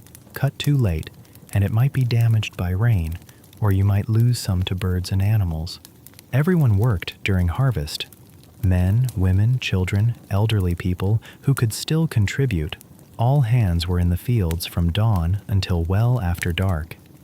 This was exhausting, back-breaking work done in the heat of late summer. You'd swing a sickle for hours, bending over to cut stalks of grain at ground level. Your back would ache, your hands would blister, sweat would pour off you. But you couldn't stop because every hour mattered. The rhythmic motion of harvesting, bend, cut, gather, bind, move forward, became almost meditative despite the physical strain. People sang work songs to keep rhythm and morale up. Communities often helped each other because timing was so critical. You'd help your neighbor bring in his harvest, and he'd help you with yours. This reciprocal labor reinforced community bonds. Harvest festivals and celebrations came after this work was done, and they were well earned. The relief of completing harvest successfully was immense. You'd made it. You had food for the coming year. The community had survived. This was worth celebrating with feasting, drinking, dancing, and general merrymaking. After harvest came threshing, separating grain from chaff by beating it with flails. This was done indoors, usually in a barn, over the autumn and winter months. It was hard, repetitive work that created clouds of dust and chaff that got in your lungs and made you cough for weeks. The rhythmic thwack, thwack, thwack of flails hitting grain became the soundtrack of autumn. Then, winnowing. Tossing threshed grain in the air so wind would blow away the lighter chaff while the heavier grain fell back down. This required skill and the right weather conditions. Too much wind, and you'd lose grain. Too little, and the chaff wouldn't separate properly. All manual labor, all time-consuming, all necessary. The quality of the harvest determined everything about the coming year. A good harvest meant you'd eat well, you could save seed for next year, you might have surplus to sell for money to buy things you couldn't make. You could keep more animals alive through winter. You could breathe easier, knowing food security was assured. A bad harvest meant hunger, possibly starvation, definitely anxiety. You'd ration carefully, making food stretch as far as possible. You might have to slaughter animals you'd rather keep for breeding. You might have to borrow grain from neighbors or your lord, going into debt. You'd spend the winter worried about making it to spring. 2 bad harvests in a row could devastate a community. Food stores would be depleted. Seed grain might have to be eaten to survive, meaning less to plant next spring. Debt would accumulate. Animals would die. People would get sick from malnutrition. 3 bad harvests meant catastrophe. This was famine territory. People would eat anything, bark, roots, grass, things that made them sick, but temporarily filled empty stomachs. The very young and very old died first. Then the weak and sick. Communities could be decimated. Medieval chronicles record famines where people resorted to cannibalism in the worst cases. This wasn't common, but it happened when circumstances became dire enough. Winter was survival mode. Agricultural work slowed dramatically because there was less to do and daylight hours were short. This was when you lived off what you'd stored: grain in sacks or bins, preserved meat hanging in smokehouses or packed in salt, root vegetables stored in cellars, dried or pickled foods in jars and barrels. You rationed carefully because these stores had to last until next harvest, months away. Animals that couldn't be fed through winter were slaughtered in late autumn. This provided meat that would be preserved by smoking, salting, or in lucky northern areas, natural freezing. Fresh meat was eaten first, then preserved meat through the winter. But slaughtering animals also meant fewer breeding animals next spring, fewer dairy cows for milk, fewer oxen for plowing. Medieval farmers constantly balanced short-term needs, food now, with long-term needs, breeding stock and working animals for later. Winter was also when you did indoor work, repairing tools, making and mending clothes, processing flax or wool, craft work. Long winter evenings were spent by the fire doing handwork that didn't require good light. Women spun thread endlessly. Men carved wooden implements, wove baskets, repaired leather goods. Children helped with simple tasks and gradually learned skills they'd need as adults. The fire was never allowed to go completely out if you could help it. Starting a fire from scratch was difficult and time-consuming. You needed a flint and steel, tinder, kindling, and patience. Much easier to bank the fire at night, covering it with ash so it smoldered slowly, and revive it in the morning by adding kindling to the remaining embers. And of course, winter was cold. Really cold if you lived in Northern Europe. Houses were poorly insulated by modern standards. Heating came from the hearth, which warmed the immediate area but didn't heat the whole house evenly. The area right by the fire was warm, even hot. A few feet away, it was chilly. In corners and upper areas, it was freezing. You wore multiple layers of wool clothing, which provided decent insulation. You huddled under blankets and furs if you had them. You shared body heat with family members, which is part of why everyone slept together. You just endured the cold because there was no alternative. Chilblains, painful inflammation of small blood vessels in response to cold, frostbite on extremities, and cold-related illnesses were common winter problems. Winter was also when food monotony reached its peak. Fresh vegetables were gone, eaten in autumn or early winter. Fresh fruit was a distant memory from summer. You ate grain porridge, bread, preserved meat if you had it, root vegetables that stored well, turnips, onions, carrots, not much else. Meals became repetitive. Pottage made with dried peas or beans, bread, maybe some cheese, ale. Day after day after day. Vitamin deficiencies became common by late winter. Scurvy from lack of vitamin C, though people didn't understand why they felt weak and their gums bled. General malnutrition made people susceptible to disease. By late winter, the whole community was nutritionally depleted, physically weakened, and desperately ready for spring. When spring finally came again, it was genuinely welcomed. The cycle would begin anew. The relief of surviving another winter, the hope of another growing season, the renewal of energy and optimism. And then you'd do it all again, year after year, for your entire life. This was the rhythm that governed medieval existence. Chapter 28. Childbirth and Childhood. Let's get into the realities of bringing children into the medieval world, because this was an experience that combined hope, joy, terror, and very real danger. Pregnancy was frequent for married women. Without reliable birth control, women could expect to be pregnant many times during their fertile years. Having 7, 8, 10, or more pregnancies wasn't unusual, but pregnancy outcomes were uncertain. Miscarriages were common. Estimates suggest maybe 20 to 30% of pregnancies ended in miscarriage. Stillbirths happened frequently. Many babies died shortly after birth, within hours or days. When a woman went into labor, this was a female-only space. Men were absolutely excluded. Childbirth was women's business, and male presence was considered inappropriate and unlucky. The midwife would be called, and female relatives, neighbors, and friends would gather. These women had experience. They'd assisted at many births. They'd seen what could go wrong. They knew what was normal and what wasn't, and they'd help however they could. The laboring woman would be supported by these other women, literally physically supported as she walked, squatted, or knelt through contractions. Different positions were used depending on what seemed to help. Medieval people didn't use the modern supine position, lying on your back, as standard. Women moved around, used birthing stools, squatted, or adopted whatever position felt right. The midwife had traditional knowledge about techniques to ease labor and help with difficult births. She might massage the abdomen, give herbal drinks that were supposed to help, some of which actually did have medical properties, talk the woman through contractions, and manually assist if the baby was in an awkward position. Other women in the room would pray, offer encouragement, hold the laboring woman's hands, wipe her face with cool cloths, give her sips of ale or wine for strength. The atmosphere was supportive and communal. Women helped each other through this dangerous passage because they'd all either been through it themselves or would go through it eventually.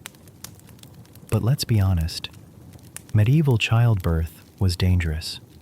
Without modern medical intervention, complications that we can easily handle today were potentially fatal. Breech births, baby coming feet or bottom first, twins, hemorrhaging, placental problems, infections after birth. These could and did kill women and babies regularly. The maternal mortality rate was somewhere around 1 to 2% per birth, which sounds low until you realize that a woman having 8 babies had roughly a 10 to 15% chance of dying in childbirth at some point in her life. That's significant. Every woman who went into labor knew she might not survive. They prepared for this possibility spiritually, settling their affairs and making peace with God before labor began. If complications arose during birth, the midwife and attending women had limited options. They could try to turn a baby into a better position manually. They could use herbal remedies. They could pray and hope. But if something went seriously wrong, there was often nothing to be done. The baby might die. The mother might die. Sometimes both died. In truly desperate situations where the mother had died or was clearly dying and the baby was still alive inside, there was the horrific option of cesarean section. But remember, this was before anesthesia and antiseptic technique. The woman would be cut open. If she wasn't already dead, this was excruciatingly painful.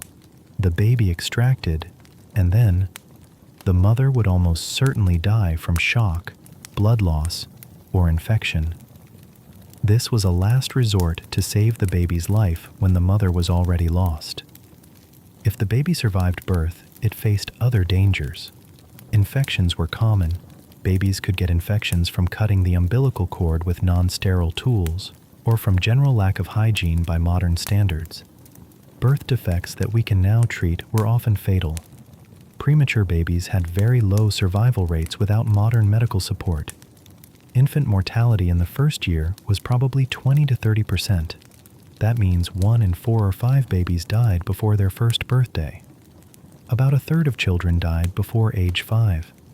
The causes were many: infectious diseases, diarrheal diseases, respiratory infections, accidents, congenital problems, malnutrition, This isn't because medieval parents didn't care, they cared deeply. It's because childhood diseases that we now vaccinate against or treat easily were killers. Measles, whooping cough, diphtheria, scarlet fever, smallpox, infected cuts, diarrheal diseases from contaminated water. All of these killed children regularly. There were no antibiotics, no IV fluids, no vaccines, no real understanding of disease transmission. Medieval parents loved their children. This should be obvious, but some older historical writings suggested they were emotionally distant because death was so common, that they didn't get attached to babies because they might die. That's nonsense. Parents grieved dead children intensely. They gave them names, baptized them, mourned them, buried them with care. The prevalence of death didn't make it hurt less. Parents who'd lost children suffered real grief and trauma. But the reality of high infant mortality did affect some attitudes and practices. Babies were sometimes referred to by generic terms like the baby, rather than their given names in the first weeks or months, not because parents didn't care, but perhaps as a psychological protection mechanism. You might not invest heavily in a baby's long-term future until it survived the dangerous first year. Baptism happened as quickly as possible after birth, usually within a day or two at most, because unbaptized babies who died couldn't go to heaven, according to church teaching. They went to limbo, a sort of neutral place that wasn't punishment but wasn't heaven either. Parents desperately wanted to avoid this fate for their children, so emergency baptisms by midwives were allowed if a baby seemed unlikely to survive long enough to be brought to church. Surviving children were gradually integrated into the working life of the household. Very young children, babies and toddlers up to about age 3, were cared for primarily by mothers and older sisters. They were nursed. Wet nurses were used by wealthy families, or if the mother died, kept close, protected from obvious dangers. But as soon as children could walk steadily and understand basic instructions, around age 3 to 5, they started helping with simple tasks. This wasn't exploitation. This was education through participation. Girls helped with cooking, cleaning, caring for younger siblings, tending gardens, feeding chickens. Boys helped with animals, carried water and firewood, did simple farm tasks. Children learned by doing, working alongside adults and gradually taking on more complex responsibilities. Chapter 29. Old age and respect for elders. Let's talk about old age in the medieval world, because the people who made it to old age were survivors, and their status was complex. First, understand that old age started earlier than today. Someone in their 50s or 60s was genuinely old by medieval standards. Life expectancy statistics are misleading. The average was low because of high infant mortality, but if you survived childhood, you had a decent chance of reaching your 60s or even 70s. But you'd be worn down by a lifetime of hard physical labor, poor nutrition, and no modern medicine. Elderly people who could no longer work faced challenges. There was no retirement, no pension system, no social security. Your security in old age depended on your children. This is part of why having many children was economically important. You needed someone to take care of you when you got old. The expectation was that adult children would care for aging parents. You'd live with one of your children, usually the one who inherited the family land or took over the family business. In exchange for signing over property or the business to your son, you'd secure an agreement that he'd house, feed, and care for you. These arrangements were sometimes formalized in contracts. Elderly people who had no children or whose children couldn't or wouldn't care for them were in a precarious position. They might rely on the community's charity, on the church's limited welfare provisions, or become beggars. This was a real fear for people as they aged.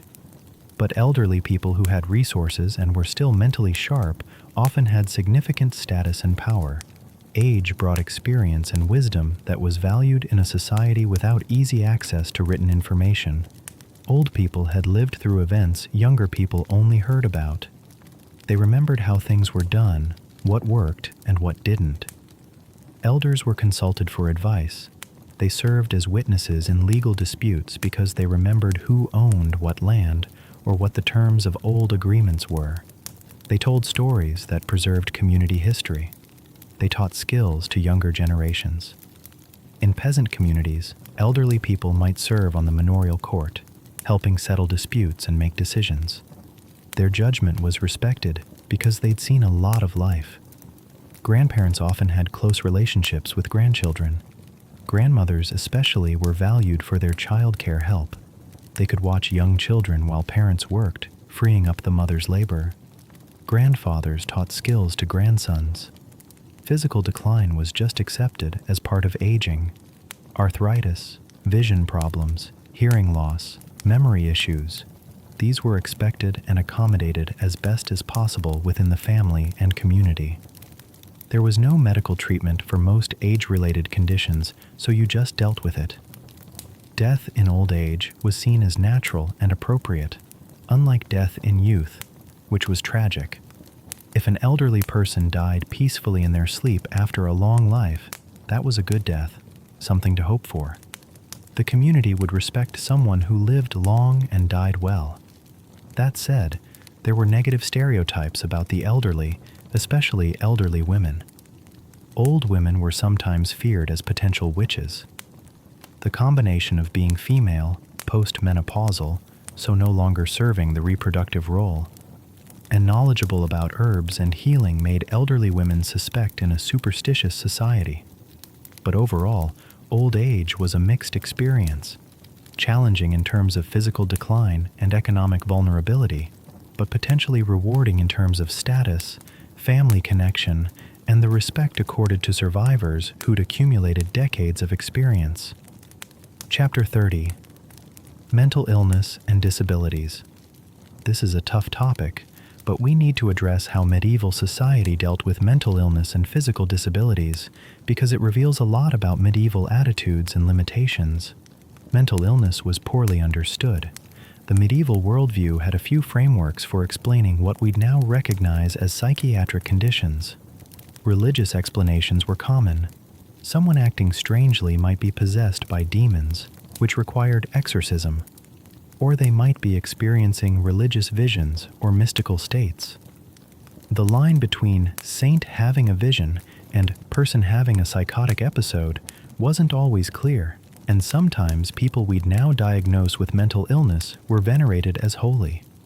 Medical explanations involved the humoral theory we mentioned earlier. Mental illness might be explained as an imbalance of humors.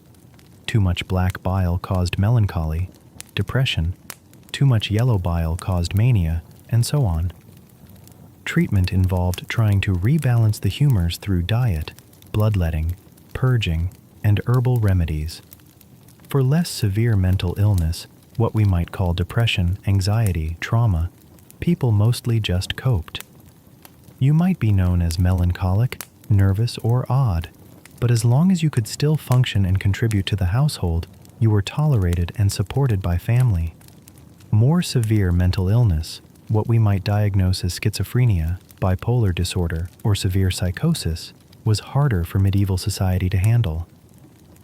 If someone became violent, unpredictable, or completely unable to function, the family struggled to cope.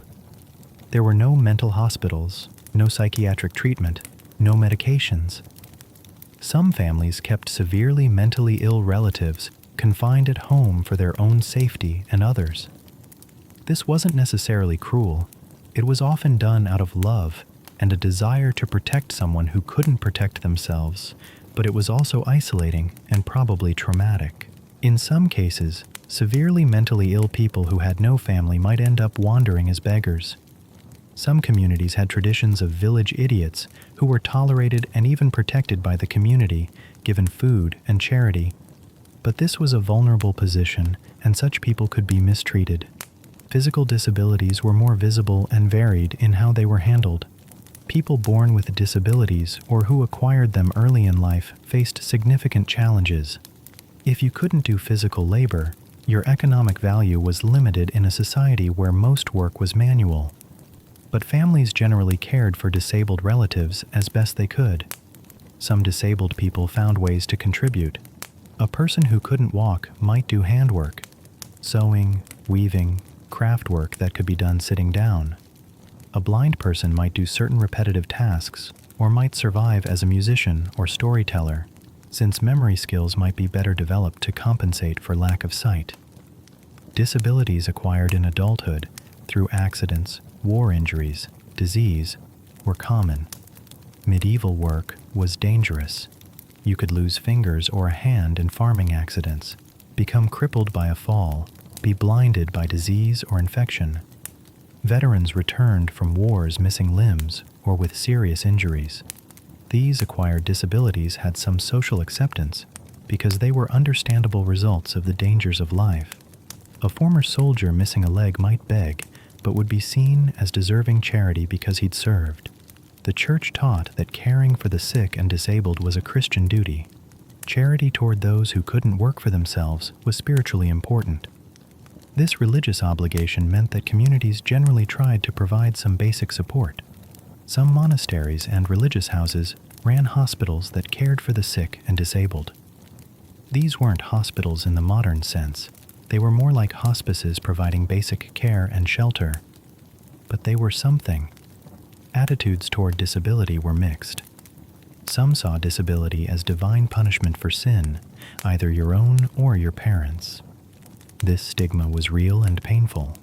Others saw disabled people as opportunities for Christians to show charity and compassion. There were also saints associated with various disabilities. Saint Lucy was patron of the blind. Saint Margaret of Antioch was invoked for help with childbirth complications and related disabilities. Various saints were associated with different conditions. Disabled people might pray to these saints for miracles, and miracle stories often involved cures of disabilities. Some disabilities were more accepted than others. Leprosy was particularly feared and stigmatized. Lepers were often required to live in separate communities, lazar houses, to ring bells to warn people of their approach, and were essentially ostracized from normal society. This wasn't just cruelty. People genuinely feared contagion, but it was devastating for those affected. Overall, medieval society's treatment of mental illness and disability was limited by their lack of medical understanding and economic realities. There was no systematic support, no real treatment options, and attitudes ranged from compassionate to stigmatizing. But most people tried to care for affected family members, and community charity provided some safety net. Chapter 31. War, Violence, and Survival. We can't talk about medieval habits without addressing violence, because the Middle Ages were often violent in ways both organized, war, and personal, crime, feuds, domestic violence. Warfare was frequent. Kings fought each other over territory and power. Nobles had private armies and sometimes rebelled against their kings or fought each other. The Crusades sent European armies to the Middle East repeatedly. The 100 Years' War between England and France dragged on for generations. Regional conflicts erupted constantly. For peasants, war was mostly a disaster. Armies marched through farmland, trampling crops and confiscating supplies. Soldiers took food, animals, whatever they wanted, and peasants had no recourse. Armies also brought disease. Camp followers, poor sanitation, and concentration of people spread plague and other illnesses. Sometimes peasants were forced into military service. While medieval armies were often made up of knights and professional soldiers, there were times when peasant levies were called up. If you were summoned to fight, you went, leaving your farm and family behind. You might be issued basic weapons, a spear, maybe a bow, and minimal training. Then you marched off to possibly die in someone else's war. Combat was brutal. Medieval weapons, swords, maces, axes, arrows, crossbow bolts, caused horrific injuries. Without modern emergency medicine, even survivable wounds often became fatal through infection or blood loss. Battle casualty rates could be relatively low when armies met in formal battles. Knights in armor were fairly well protected, but sieges and raids killed many people. Surviving soldiers could return home crippled, traumatized, or permanently damaged. There was no VA, no PTSD treatment, no disability support. You just dealt with it. Beyond organized warfare, personal violence was relatively common. Homicide rates in medieval towns were much higher than in modern developed countries. People carried knives as everyday tools, and those knives could become weapons in disputes. Tavern brawls, street fights, family disputes turning violent, these happened regularly. Medieval honor culture meant that men were expected to respond to insults with force. If someone insulted your family, your masculinity, or your honor, you might fight them. Blood feuds between families could simmer for generations, with periodic outbreaks of violence as each side sought revenge for past killings. Women faced specific forms of violence. Domestic abuse happened, though it was somewhat constrained by community oversight. Everyone knew everyone's business, so extreme abuse might bring community pressure. Sexual violence was a crime, though prosecution was difficult, and victims were often blamed or disbelieved, as in many historical periods. Legal violence, executions, and corporal punishments were public spectacles. Hangings happened in town squares with crowds watching. People were flogged, mutilated, or placed in stocks as punishment. These public punishments served as entertainment and moral lessons simultaneously. But let's also note, most people most of the time weren't experiencing violence. Daily life was mostly about work, family, and community. Violence was a real threat and occasional reality, but people weren't living in constant fear. They developed strategies to stay safe, traveling in groups, avoiding dangerous situations, maintaining good relationships with neighbors, respecting those with power. Communities also had mechanisms to reduce violence. Feuds could be settled through negotiation and compensation. The church promoted peace of God movements, trying to limit warfare and protect non-combatants. Legal systems, however imperfect, provided alternatives to violent revenge. Still, the background level of violence was higher than most modern developed societies, and this shaped how people lived.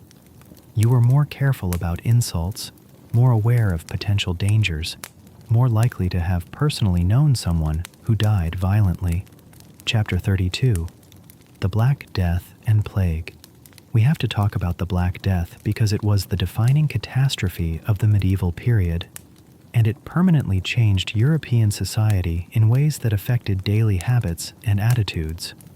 The plague arrived in Europe in 1347, brought by ships from the east. It spread with horrifying speed. Within a few years, it killed somewhere between 1/3 and 1/2 of Europe's population.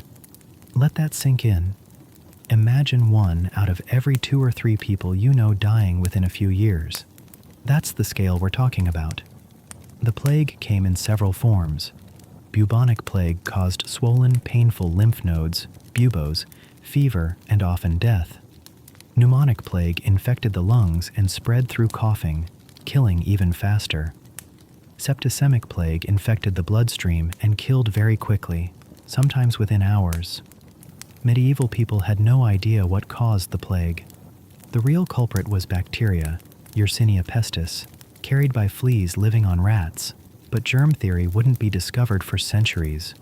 Instead, people proposed various explanations: divine punishment for sin, bad air, miasmas, astrological conjunctions, Jewish people poisoning wells. This led to horrific pogroms, witchcraft. When plague hit a community, it was apocalyptic. People got sick and died within days. Bodies piled up faster than they could be buried. Families were wiped out. Priests who administered last rites caught the disease and died. Doctors fled. Social order broke down. People tried various strategies to survive. Some fled cities for the countryside, though this often just spread the disease. Some sealed themselves in their houses, avoiding all contact. Some turned to frantic prayer, flagellation, whipping themselves as penance, or making pilgrimages to beg saints for mercy. Medical treatments were useless at best, harmful at worst. Doctors recommended bloodletting, purging, various herbal concoctions. They wore those famous plague doctor costumes with bird-like masks filled with aromatic herbs, thinking the smell would protect them from bad air. It didn't work. The psychological impact was immense. Imagine watching your family die, knowing you might be next, unable to do anything. Some people became hedonistic. Eat, drink, and be merry, for tomorrow we die. Others became deeply religious, desperately seeking salvation. Still others became numb, traumatized beyond feeling. The plague's effects on society were profound and lasting. With so many people dead, labor became scarce and valuable. Peasants who survived could demand better wages and conditions. The feudal system, already weakening, took a huge hit because lords couldn't maintain their previous power when workers had options. Land that had been farmed for centuries was abandoned because there weren't enough people to work it. Villages emptied out. Trade routes shifted. Prices for goods changed dramatically. The church's authority was damaged because prayer hadn't stopped the plague, and so many clergy had died or fled. People began questioning religious explanations more openly. Art became obsessed with death. The dance of death motif, showing death dancing with people from all social classes, became popular. Tomb sculptures showed decaying corpses instead of idealized figures. Memento mori, remember you will die, became a constant theme. The plague returned periodically over the following centuries in smaller outbreaks, so the trauma was renewed multiple times. Medieval people after 1347 lived with the knowledge that plague could return at any time, unpredictably, and kill large numbers again. This fundamentally changed attitudes toward life, death, and risk. The late medieval period had a different character than the early period, more anxious, more aware of mortality, more skeptical of authority, and ultimately setting the stage for the Renaissance and Reformation that would follow. Chapter 33. The Role of Women Beyond the Home. We talked earlier about women's household work, but we need to dig deeper into women's roles in medieval society because they were more complex and varied than stereotypes suggest. Yes, most women's lives centered on household and family. But household work in the medieval context was economically productive in ways that modern domestic work often isn't. Women weren't just cleaning and cooking, they were producing goods that the household used or sold. Brewing ale was exclusively women's work for most of the medieval period. Alewives, women who brewed and sold ale, were common. This was skilled work that generated income. It was also necessary work because everyone drank ale, so demand was constant. Textile production was another major area where women dominated. Spinning thread was so universally women's work that unmarried women were called spinsters. Women also did much of the weaving, sewing, and embroidery. High-quality embroidery and tapestries made by women were valuable luxury goods. Women worked in agriculture alongside men. During harvest especially, everyone worked. Women also managed gardens, dairy work, making butter and cheese, poultry keeping, and other aspects of farming. In towns, women worked in family businesses. A craftsman's wife wasn't just keeping house, she was helping in the workshop, maybe keeping accounts, selling goods, training apprentices. If her husband died, she might continue running the business herself. Some guilds accepted women members, especially in trades considered appropriate for women: silkwork, embroidery, brewing, certain food trades. Women could be independent craftspeople in these fields. Midwives were always women, and they had genuine skill and status within their communities. A good midwife was respected and valued. Some women ran businesses independently. Widows often inherited their husbands' businesses and ran them successfully. Single women, rare but they existed, might work as servants, laundresses, bakers, or in other trades. Prostitution existed, obviously, and was tolerated or even regulated in some places. Some towns had legal brothels, seeing them as a necessary outlet that prevented worse problems. Sex workers were stigmatized, but also recognized as serving a social function. Women had limited legal rights, it's true. They couldn't normally own property in their own name, though widows could. They couldn't make contracts without a male guardian. Their legal identity was subsumed under their fathers or husbands. But in practice, especially in the peasant class, there was more flexibility than the law suggested. Women made decisions about household management, spending, and work. In marriages, particularly long-term partnerships, wives had significant practical power, even if legal power rested with husbands. The concept of coverture, a married woman being legally covered by her husband's identity, was real and constraining. But it also meant that a husband was responsible for his wife's debts and actions, which could be advantageous. Women's religious life offered some opportunities. Nuns lived in women-only communities where they had education, administrative roles, and relative autonomy. Some abbesses wielded significant power, managing large estates and commanding respect. For women who didn't want to marry or who were drawn to religious life, the convent was an alternative path. Female mystics and saints could achieve recognition and influence through religious experience. Women like Hildegard of Bingen, Julian of Norwich, and Joan of Arc, though her story ended badly, show that women could sometimes transcend normal gender limitations through religious authority. Noble women had their own complicated situation. They had status and comfort, but also significant constraints. They were valuable as marriage pawns, used to seal political alliances.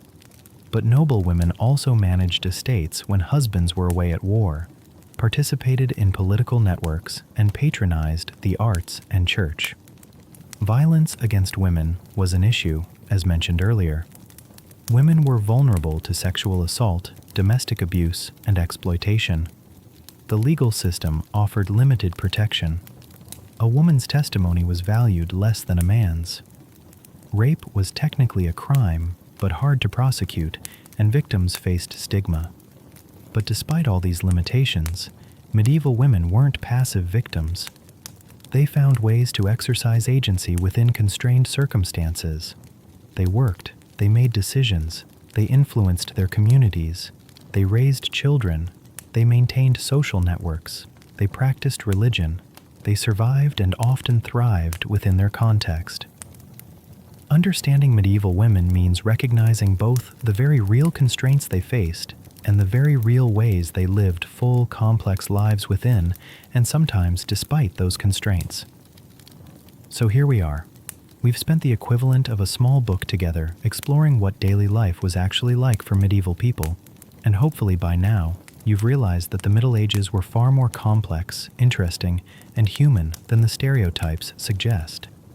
Let's recap what we've learned about medieval habits. Medieval people weren't ignorant barbarians living in squalor. They were humans dealing with the realities of their time using the knowledge and resources available to them. They cared about cleanliness, though their methods and standards were different from ours. They bathed, they washed, they changed clothes. They just didn't have running water, modern plumbing, or germ theory. Their daily routines were dictated by sunlight and seasons in ways we can barely imagine. They woke at dawn, they worked until dusk, they went to bed early because light was expensive. Their work changed with the agricultural calendar, and their survival depended on successful harvests. Food was repetitive and simple for most people. Lots of bread, pottage, and ale, with meat as an occasional luxury. But they weren't starving all the time, except in bad years, and they had feast days when food was more abundant and varied. Religion wasn't just something they did on Sundays, it structured their entire lives.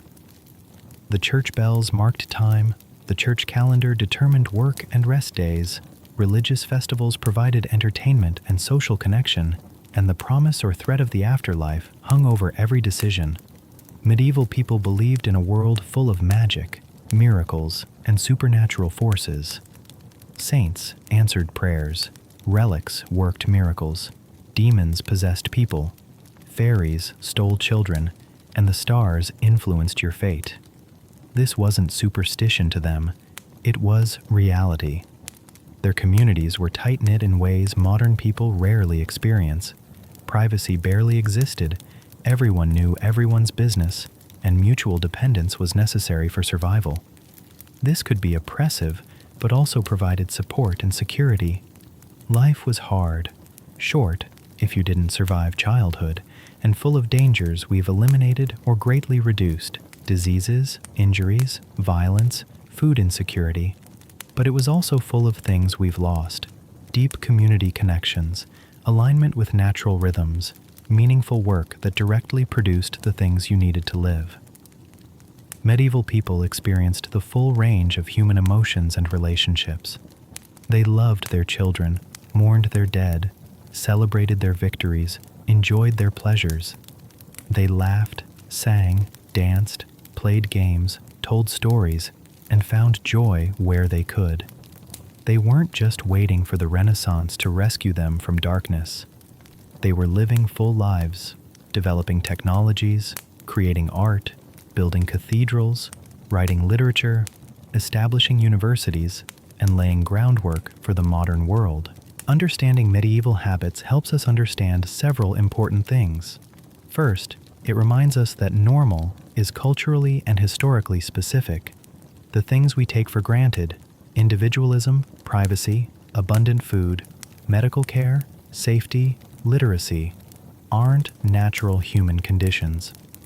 They're recent developments that most humans throughout history didn't have. Second, it shows us that humans are incredibly adaptable.